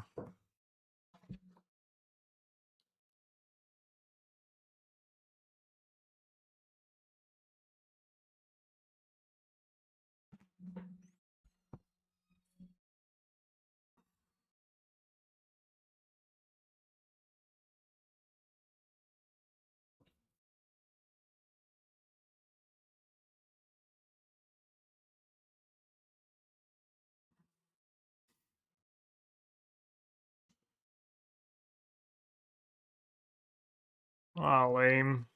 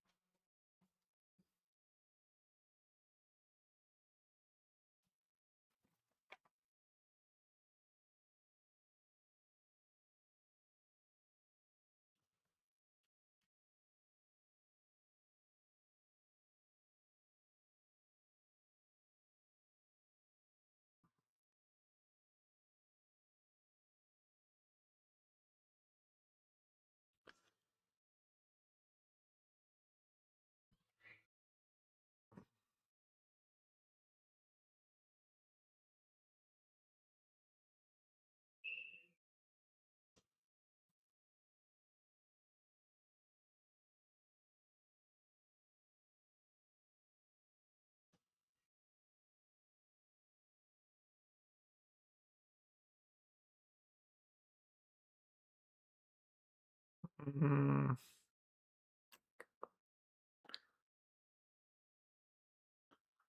probably one to fetch line in my graveyards. A small draw thaw. Brother, they all have it. How many spell crawlers in that cube? Oh, is blue white the best color combo in that cube?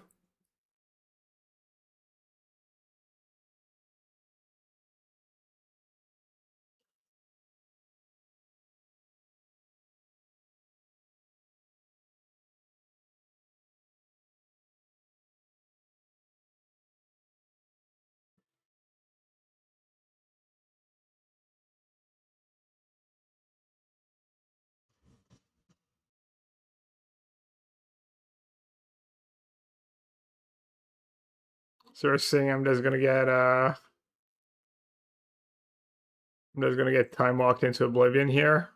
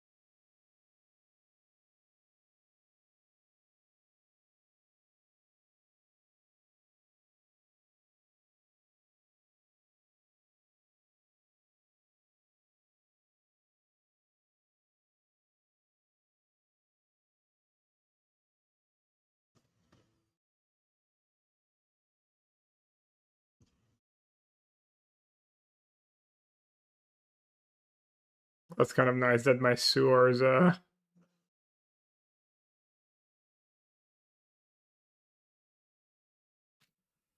I'm one of time warp potentially.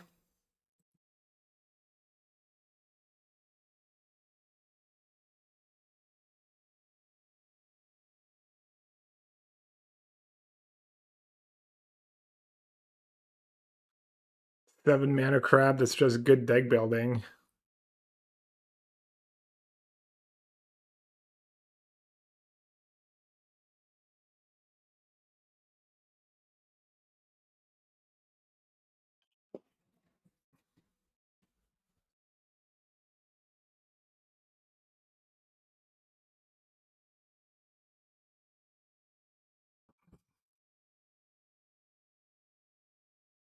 Oh yeah, I could have found a sweeper. Can I pop off 15 cards? Yeah, that was all silly. Well, no, I don't have double white, right?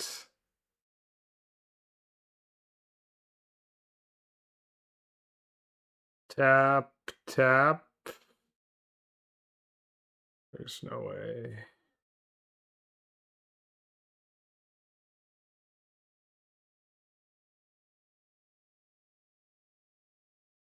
Can't even cast Lightning Helix. Oh, there's the Doom Blades.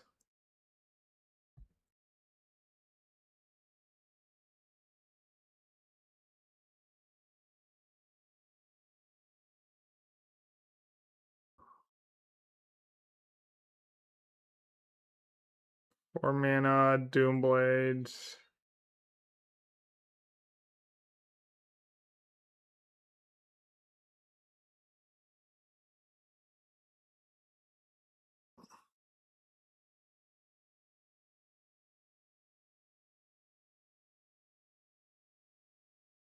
I guess I'll just try to live with Scrab. I need them to have no instant speed interaction.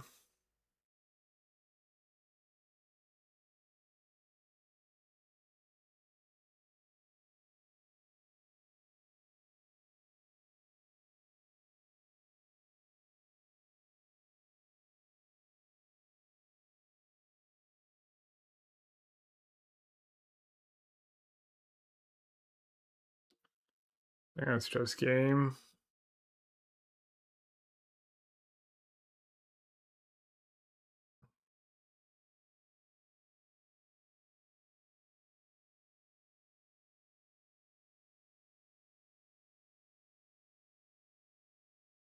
There's one spell short of. Oh, he comes into play tapped. I don't even know what my cards do.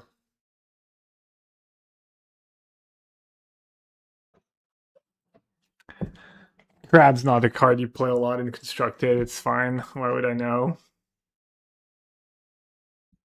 That's fun though. Looks like a fun format. Maybe I'll do Arena Direct tomorrow in is that format or is it a different cube? Powered cube drafts. Sounds really fun.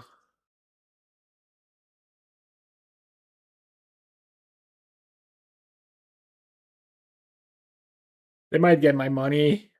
I need more boxes in the background. In order to, yeah, I'm pretty good at it, I think. We'll see. All right, that might be the plan for tomorrow. So, Arena Direct tomorrow, Wednesday day off, Thursday Vintage Challenge. Maybe some Arena Direct before that if it's still on.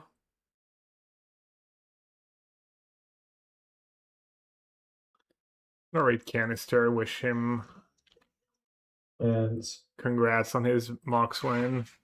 Well, no, Mox qualification, but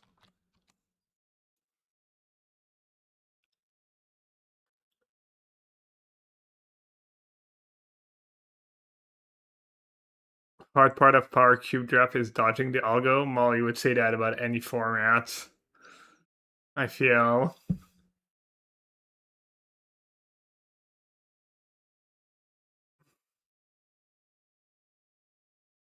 All right, everyone. Thanks for watching.